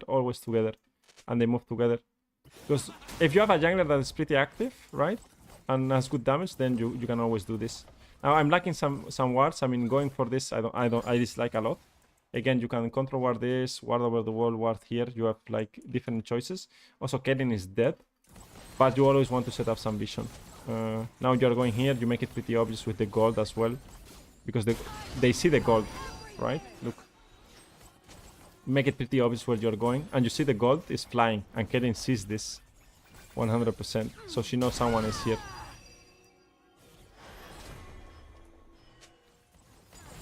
Yeah, that could be played better, that sequence. But well, they get the tower, first tower. They get the dragon. And now he bases as well. Now Tristana is safe in bot lane. And he's going to roam, right? Janna is also going to roam, so he's going to roam as well. Miss the redemption. Again, we do a random fight in mid lane. Or no, I mean, Viego just got caught. Okay. Viego is master. Yeah, a lot of them are master players. But yeah, lol, it's reassuring that even in Challenger they act like this. Of course. Like Challenger is not that... I mean, there are a lot of things missing in Challenger, right? That's the thing. But they are more active, like moving, syncing up, looking for plays. It's more like they know more or less what they want everyone to get. I think in Challenger or higher elo, the difference is that kind of everyone knows what they want to do in the game and what to expect from others. So it gets better, right? Like I think, for example, in silver, gold, platinum, it's impossible that everyone, like, your teammates are thinking what you want, or they know what you want. I feel like that's so difficult. It's impossible. So here you need to make a bit of time for Viego to play the game and maybe connect with him. But I would never think what's called. He's going to ward the red buff, no? Yeah. He knows that they're on red buff. But for example, contesting this alone when Viego is on golems is pretty troll, you see? Like this is like a big super mistake, like a newbie mistake as a support, is that if you want to keep vision, it's okay, but you want to be where Viego is right now. Imagine Morgana here on bot lane right now, together with Viego. This is what you want. This is what Janna is doing, right? Together with Nasus. So she's syncing up and making sure they are stronger, right? So Nasus can play, and they cannot really play into her. So you see how she's getting vision on silent all the time? So Janna is doing good. She's making sure that this guy can play. Now I will not show to hit the tower. I will make sure that this is warded and that's it. You see? It's really good from Janna perspective. Really good from Janna perspective. The vision. Oh, Viego is also not that fed. I'm curious how they win this game. By doing dragons, maybe. A lot of mistakes from the Morgana. It shows that she doesn't play support. A lot of mid lane wave, showing on mid lane wave, being late onto side lane. All of this. He gets the Jax kill. Alright. You see, like she's always like a step behind, right? And she's always following. In early game it was fine, like syncing up with the jungler. Poor vision, I mean not the best, but yeah. Going here from a flank, beautiful. You see, like Morgana mechanics are good here. Sweeping, she doesn't stop and clear the ward, and she's coming up. You see how she comes from an angle that the enemy team doesn't see. She secures one QW into ultimate and follows the other two, right? And gives a really good kills for his team. So here he carried really hard, really hard, just by how he played the fight, right? How he played with the corners, right? With Morgana, that's what I explained on my Morgana guide as well. How to play the corners. But yeah, 2 wards, not dropping deep vision here. A bit of a mistake. I don't think rotating here towards mid lane does much, or playing the dragon does much. I don't think you even play this dragon, no? It's not a dragon for you, and you want to like make sure that you have some information over here, pop the plants, and then group up. Once Viego is out, then you can be here. But I think you are too fast. There's not much you can do. They are basing, so yeah. You could do this after dropping some vision, but I think enemy team has the dragon. Now maybe you can play the fight. I think that playing the fight is not a bad idea. Again, she looks for flank. She looks to be in where they don't see her, or try to hit from corners. Redemption is decent. Ah, yeah, they just play the fight, no? Sometimes if you cannot contest the objective, but you are still strong and you are late, then playing the fight is not a bad idea. Because from here you get maybe Adakan if it's up, Nashor if it's up. And Nashor now minute 25 is not that easy, but well. Now she has no tools to do anything because she didn't base, so that's a pity. But well, they can get mid tower maybe. And they are just fighting. I mean, now Viego is just doing Viego things in solo queue, just killing people all over and over. Morgana based. I think the base is fine. I mean, I think Viego did too much there. So much fighting.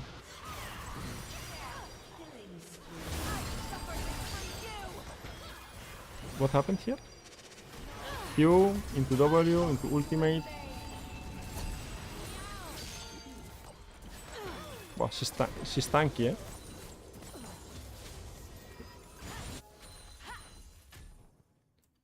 I think she has to be here already. The move is fine. They're going to kill Nasus. I mean, even in Challenger, I mean, this guy is master, what, 400, 500? This guy is going to die in side lane for no reason, right? They're TPing as well, and now they are TPing here. I mean, they're going to fight. I mean, I don't know why Viego is here. I don't know why Tristan is so late. But well, I guess it turns out fine. I mean, he buys time for his team to come and fight, but I think Viego is playing very selfish. They do get towers. And here they get T2 as well. Not a bad trade because at the end of the day they get 2 T2s and a lot of gold for Tristana and Viego. And this might be 3 item Tristana already. Or very close to it. Oh. Now we get some deep vision. And you see from deep vision to attack. I mean, this guy's Inter. That's all what I can say. I don't know who this guy is, but he's inting. He's again caught in side lane. And he's going to die for no reason. So the same thing that he did here, he does on the opposite side, you see? How they punish again. And here, this is how you lose the games, by the way. Because now Riven is going to push this one into the next one. And she has a huge move for this dragon. You will see. She can push or just reset, right? And now they have a move. And Nasus is still dead, right? He has TP, but well. It doesn't matter, he's dead for 20-something seconds. Let's see how they play the dragon. Do they even get the dragon? I think someone surrenders, no? Like the game is over, no? No, they don't surrender. Alright, dragon, they get dragon, so I'm excited to see how they play it. Let's see. It's their third dragon. She has to play in Banana Bush. I will play in Banana Bush. The warding is not good. I mean, they have no wards behind, or she's just hitting the objective. It's not nice. You see, like she should be here. It's way better than being on the objective. You see where she goes for the Q? Look, guys. Look where she goes for the Q. She's going to use this corner to hit a Q. Even if it's a pink, right? She's still the habit of using it. But if this was not pink, and also especially in elos that are not that, I mean, people who don't ward that much, you have to use the fog of war to hit abilities. I'm talking so much. I need to drink a bit of water. And from here, they keep going and they just get the people in side lane. Now everyone knows a bit what they have to do. Keep chasing, miss the Q, force the ultimate. And now, basing and Nashor is the best, but well, Tristana overextends. Is Morgana going to die? I think she survives, no? Yeah, she flashes out. Wow. For me it's a bit depressing, eh? Should be more controlled this game, but it's very chaotic. A lot of fighting, a lot of kills for no reason. A very low quality game, I'm not gonna lie.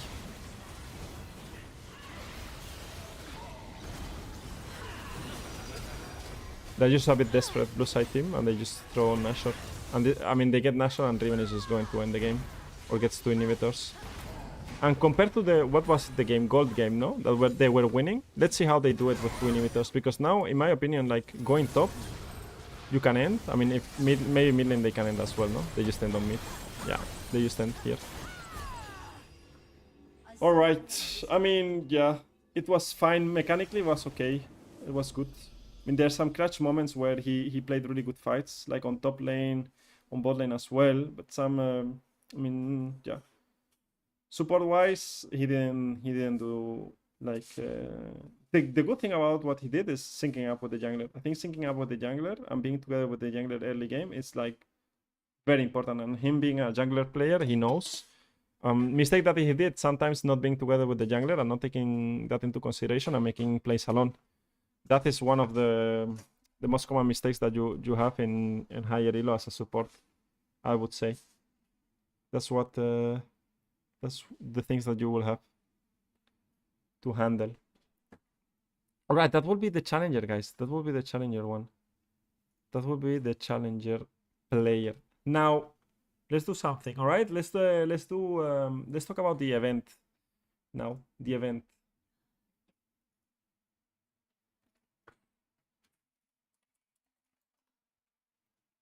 Let's do about the event. So let me change this to this. So this is my Discord. Wait, I want to change me here. I have to change all of this here, no? And why did I change it here? I think no, actually there is not bad. I think I'm fine there.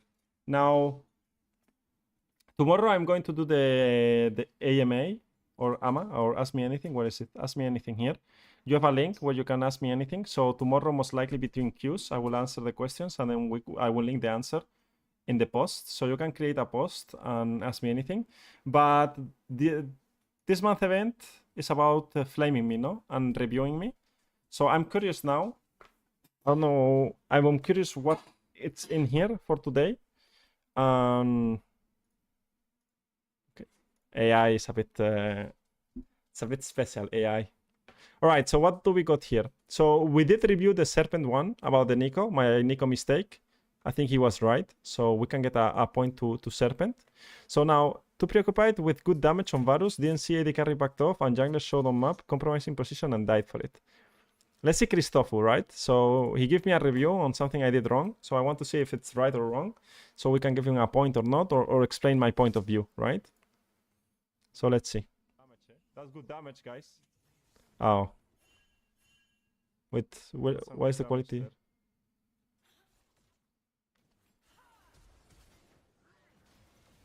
Really? I mean, the thing is here that this is my last game on my stream, okay? This was the last game when I was playing Varus support. Didn't go that well, and he's right. He's right.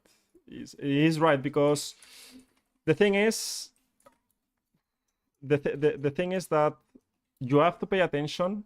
And this wave, I know that I'm getting ganked. I didn't pay attention. We have a ward. I mean, you guys don't see it. I will actually have to change this here. But you guys see that I have a ward on the enemy Raptors, and we know we are getting ganked, right? So he's right. He's right. Like that's fair enough. I should pay more attention on what's happening on the map, and that's it. So now we have one from Danny. I don't know if Danny is here. From my official game. He's going to flame me in my official game, by the way. So we played the official game. We lost 1-2. We won the first one. So I think this is the game that we won. But really not sure about this. But I felt a moment of surprise as you walked away from a freeze that seemed easy to break. I will post it as a question to get more participation in the event. Let's see. Let's see, Danny. Let's see what you have to say. What is this? Right, let's watch. La segunda rotación de las armas del vacío. Cuidado con Vol, que ha tenido que tirar ese clean. Salta hacia atrás. Destello, codo. Here I do a mistake with Tarek. I should like be closer to heal him again, because he ends up dying here and he dies. Oh, I'm going to mute. Is it wrong to leave this wave right away to play on Dragon? Only 3.5 million full HP equivalent. Ah. What happens after?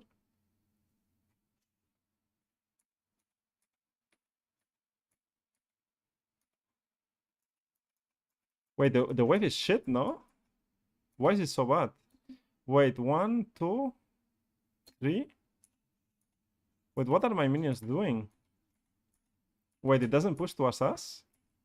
I need a wave manage. Wait, why doesn't it push? Wait.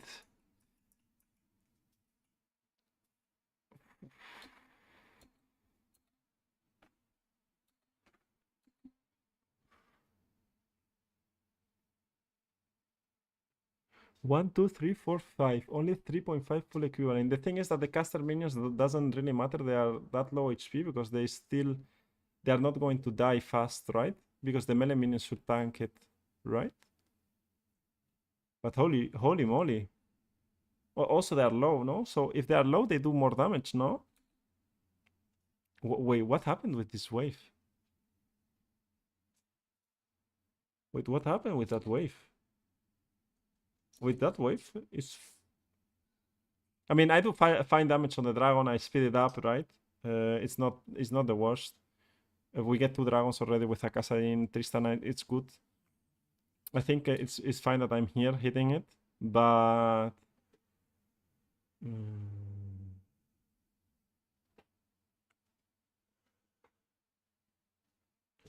there's no way the wave it stays frozen like that. Really? Wait, what? It's pushing to. It should push towards us, no? You show now, no? It shows bot lane, no? Wait, they got murdered, by the way. Wait, what? I don't understand. There's another wave coming, no?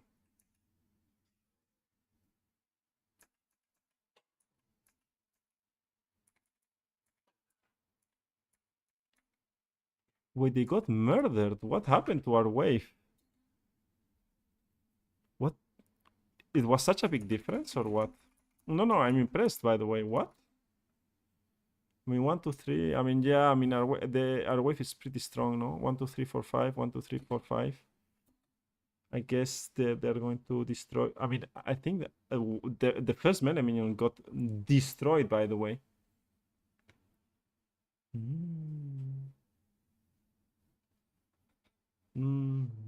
No, but I didn't think it would stay that I think it would push towards us, by the way, but it doesn't.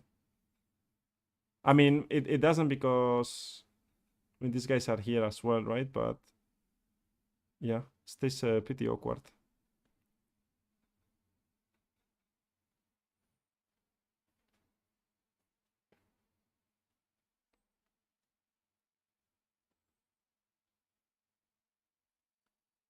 I think it's a good point, no, Danny? I think 1.5 less melee minion is gonna be huge. Yeah. And also, I think I need to pay more attention on the new minions. By the way, I think I need to rewatch the new minions. What are the new minions? They do more damage the lower they are. They like the minion HP goes so fast. So I didn't expect this to be fair. I didn't expect this to be I thought that this was going to be better for us, but they get destroyed. This wave, it stays here. I didn't think this wave was going to stay here. I feel like I'm less sure what the new minions do. No, me too now. I thought this was going to push towards us, but HP wise, a minion change. This is very confusing. But you're right. I think I can push it fast as well with Taric, for sure. I can push it fast. No one said anything as well. My carry said it was fine as well, right? So yeah, I want to look more into this. This is a really good, by the way. This is a really good post, by the way. I didn't watch it even. Like I left it to watch it on stream to react on stream. I mean, I can drag it, but the Braum is there, right? So I could drag it, but yeah. I mean, I didn't expect. I will watch now on tournament server. We played on tier 3, I think. I will enter my tournament server and we watch it fast, okay? We can watch it. Nice win streak, but 12 death, am I surprised? I mean, for example, this type of things, it's no hate or anything, right? But for example, reviewing, like, I linked this because I was playing Fiddlestick support, right? and I had like a 100% win rate in 4 games without even knowing what the champion does, just copying the build and the system, right, on what the other guys were doing. And I died 12 times in a game of 40 minutes, right? I don't think dying 12 times is that bad, right? I don't think dying a lot is bad as a support, especially when you're playing engaged, because Fiddlestick at least is an engaged champion and you have to play the game. Could I have died less? Maybe. But I don't think it's something negative that you guys should care that much that you die from time to time 12 times, right? Or like here 10 times if I die 10 times. But you should have games where it looks good KDA, right? Like you should have games where you are playing good. Now, the example of the Morgana player that we had is that the Morgana player inted every game was dying so much. So then you have a problem. But I don't die 12 times every game, right? I would only die 12 times every game if I was really tilted. But some games I have to die a lot. That's the support role. So I don't think this is a valid point. It's a funny, right? It's funny I died a lot. But I don't think it's that important that you die at all, right?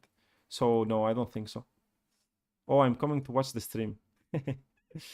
Yeah, Christopher was right, but I think this was pretty obvious, to be fair. Like I'm not playing well sometimes on stream. On the last game as well of the day, I think it's very, very easy to punish me, especially when I'm playing cocky new champions like Varus. But now that wait, where is my cam? Now that what's called Danny mentioned it, I want to see this game, but from a spectator POV, because I have the I can download the spectator. So we're going to do that, Danny. I'm really curious. It's really good. It's really good feedback. Like, look, I didn't expect much from the Flame Coach, but it's already worth it, right? I'm learning, by the way. I'm really open-minded to learn, so I'm not really concerned about being right or wrong. I don't care if I'm wrong. I hope I'm wrong more than right. That's the thing. Because if I'm wrong more than right, that means that I can learn. I can learn from everyone. But that's a really good... Did you think that it was going to freeze, Danny? Or you just saw that... Did you saw that it was frozen after when we came back to lane? There's no way I think that's frozen, by the way. I will ask people around, by the way. Something, I need to pay more attention to the minions changes. Or maybe I'm just noob. That can be also a possibility. But let's see what happens, because I want to see what happens on the thingy. Oh, I will open the replay now. I thought it was wrong about it. Yeah, me too. I thought you would drag it and felt surprised. No, I mean, I could drag it and then it pushes towards us, but I didn't think it was that bad. I didn't think it was that bad, honestly. It's the second dragon when we do it here. First of all, mechanically I played bad here, the Taric.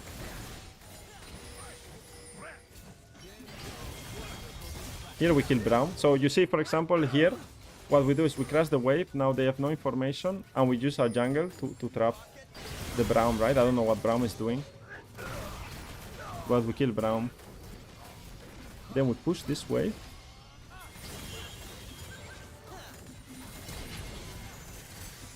I mean, here I played bad.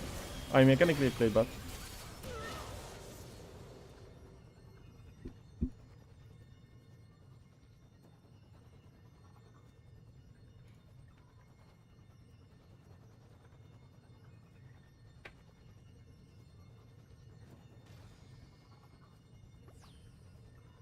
Yeah, I mean, it does a lot of... I mean, this minion is just drunk, no? As well, like, what is he going? Oh, he's not fighting.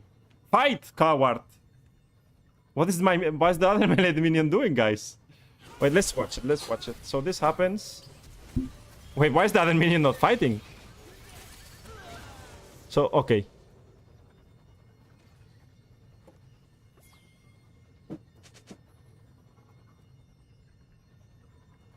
What did this minion do?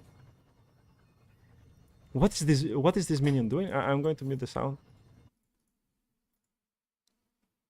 Nah, yeah, they got destroyed, the melee minions. We had no chance to destroy even one. We killed only 2 melee minions. Yeah, I mean, the caster difference. I think it's the caster difference, by the way. I think the caster difference Like it's not even that much health, you see, because the minion, the caster minions being that healthy is not that important, by the way, because they don't get touched, right? But this guy's getting, you see how he got nuked? This guy got nuked, this guy got nuked. I think they take more damage when they are lower, I think, no?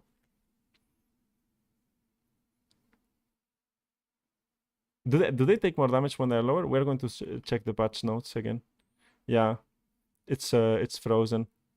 Or it's going to slow push really slow. Yeah, no. And this minion is not going to die. So it's going to be 4 casters. No, you're right. I have to pay more attention on the HP. Yeah, you're right. The wave is... we lost 1 wave, entire wave. I mean, he didn't get whole everything, but he got 80% of the wave. You're right. Holy moly. You're right. Wow. 100%, Danny. 100%. What do we do?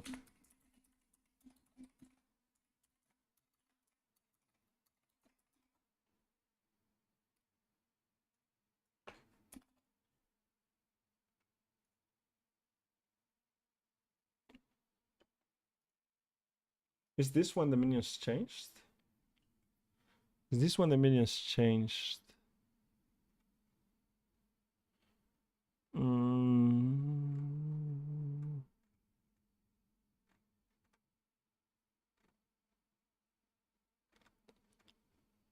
Lane minions. Here we have. No, but this is important, guys. This is important. This is so important. It's a good point by Danny.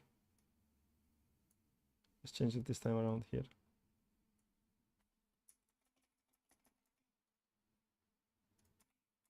All right, lane minions, right? We are changing some underlying minions. So minions the stats. Melee minion, HP. No, but I don't really care, no? Cannon minion, obviously on 3rd wave. AD. Cannon minion, AD. So, for example, super minion, HP. Super minion, AD, no.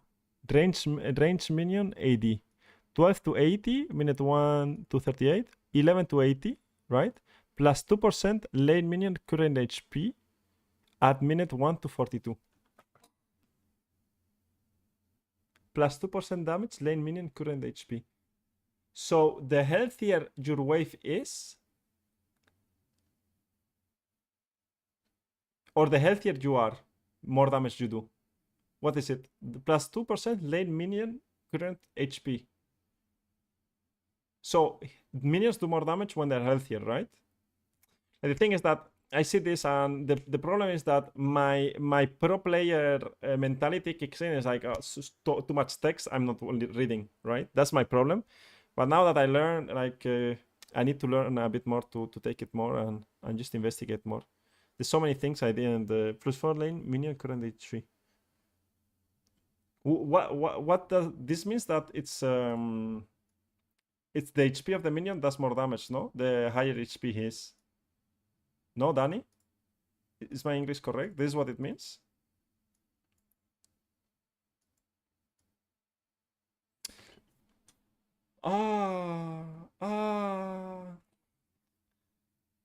So you know that, yeah, I think that's what it means.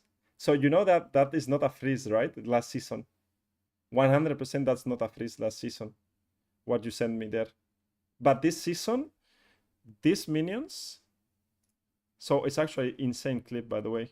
I learned so much today already. Worth it. So this minion here, right now, this minion right now, they are nerfed. So these minions do, this guy is doing this health plus 2% damage, no? So that means that if he's what, 20% HP, he's doing 4 damage. No, it's not even 4, no? It's like less. And this guy, like these guys are nuking, by the way. These guys are nuking damage, of course. So these guys are doing more damage than all of this together, right? So these guys are like nerfed half of it and more than half of it. So these guys do full damage, and these guys not only we lost 1 caster, is that this guy count like maybe only one caster. So I should be thinking about how much damage is this? This should be like one caster. I mean, these guys all die and 3 of their casters survive. That's how dramatic this is, by the way. So now I have to pay, now you have to pay attention on the HP of the minions as well to see how fast they push, because the wave is going to meet here. That means that our wave is coming, enemy wave is coming earlier to assist our minions to fight them. But the problem is that when the lane came, like there are no minions left to fight with. How much difference did the HP make? Or was it wrong as it was just an unlucky case? But no. The minion HP doesn't matter, Danny, here. I mean, the minion HP doesn't matter for... I mean, look at this. It does matter, but not because of what you think. Now, the melee minions are going to be in front, and the caster minions are going to be behind, right? That means that the melee minions are going to tank the damage of the caster minions and these minions, right? So the caster minions, they doesn't matter, they are low HP because they are still DPSing full, right? Because they are not going to be killed till the melee minions get killed, right? So, but now what happens is that you have 3 melee minions in front and 2 caster minions behind. But these 2 caster minions, because they are low HP, they do way less damage than the 3 caster minions that are full HP because of the change. So the output DPS that only matters caster, because melee minions, you have to think of melee minions, they only tank, and the caster minions deal damage. Now, the damage output of this wave is so low that it doesn't matter that other wave comes faster to assist them, because this wave was like, it counts like, for example, like maybe 4 minions, right? 1 caster and 3 melees or something like that. That's the big difference, right? Because this caster are nuking the other ones, plus these guys are super nerfed. It makes sense like that? It's not because of because the HP is so low that they die before. Also that. But the damage output is not there from the minions. Right? Wow, I didn't think this was good. I mean, if I show this to anyone, they will not think it's a freeze. I think. Maybe I'm wrong. I will try it out. I will test it as a question. I don't think. This is not a freeze season 14. 100%. This in season 14 is not a freeze.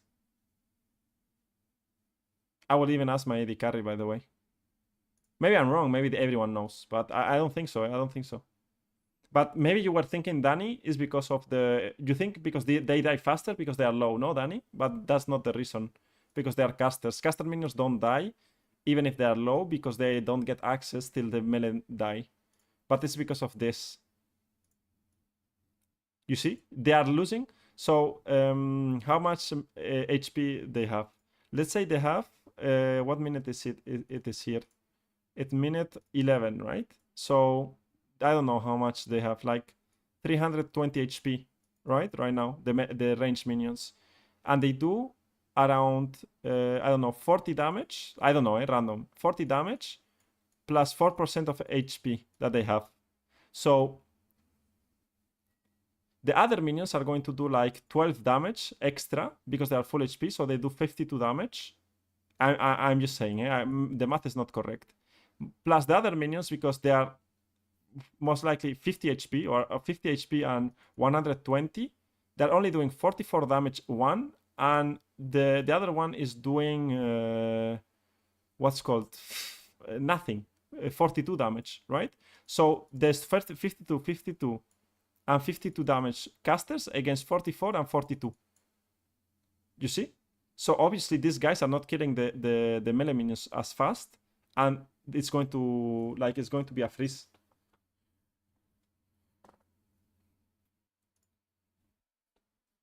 Am I the only one? No. Does everyone understand? I don't know. Everyone is asleep. Everyone is asleep after this explanation. Guys, this is huge. I didn't know. And most likely you guys didn't know either. I don't know if you knew. But this was insane. This was insane, by the way.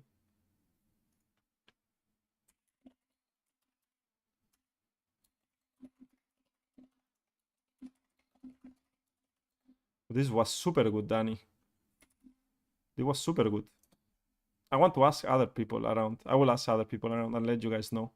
It was so nice. I will even fixate this, right? This was super good. I learned something. So worth it. Worth the stream already, Danny. You guys learned and I learned as well. You see? Insane. Wow. Nice. Good job, guys. And did the wave state on your back timing affect the crab afterwards? Wait. Let's rewatch it. Did it affect the crab afterwards?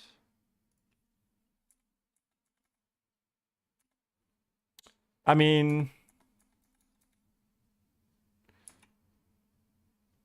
the thing is that if we play it better, the thing is, if we play, for example, it doesn't matter. I mean, the crab we have always access to. Like, if the wave pushes towards us, we're in this spot right now, and even in the jungle, I thought that this was going to happen. Then what happens is that we only have to control these two bushes, and then Chinzao can play together with me here, and their wave is going to be in such a bad spot, so we can replay bot lane after. And then we have access to the crab, access to this, kill them here as well, because I think they have no summoners, you see? But Erreal is so safe that he starts here, and they go with the wave, and we cannot contest them because the wave is just bad. So yeah, it affects everything. It affects the next play as well. I have less control on what's happening because I have no clue. So yeah, it does affect everything. Because I'm a bit not lost, but I would say that it should not be like that. But yeah, it is like that.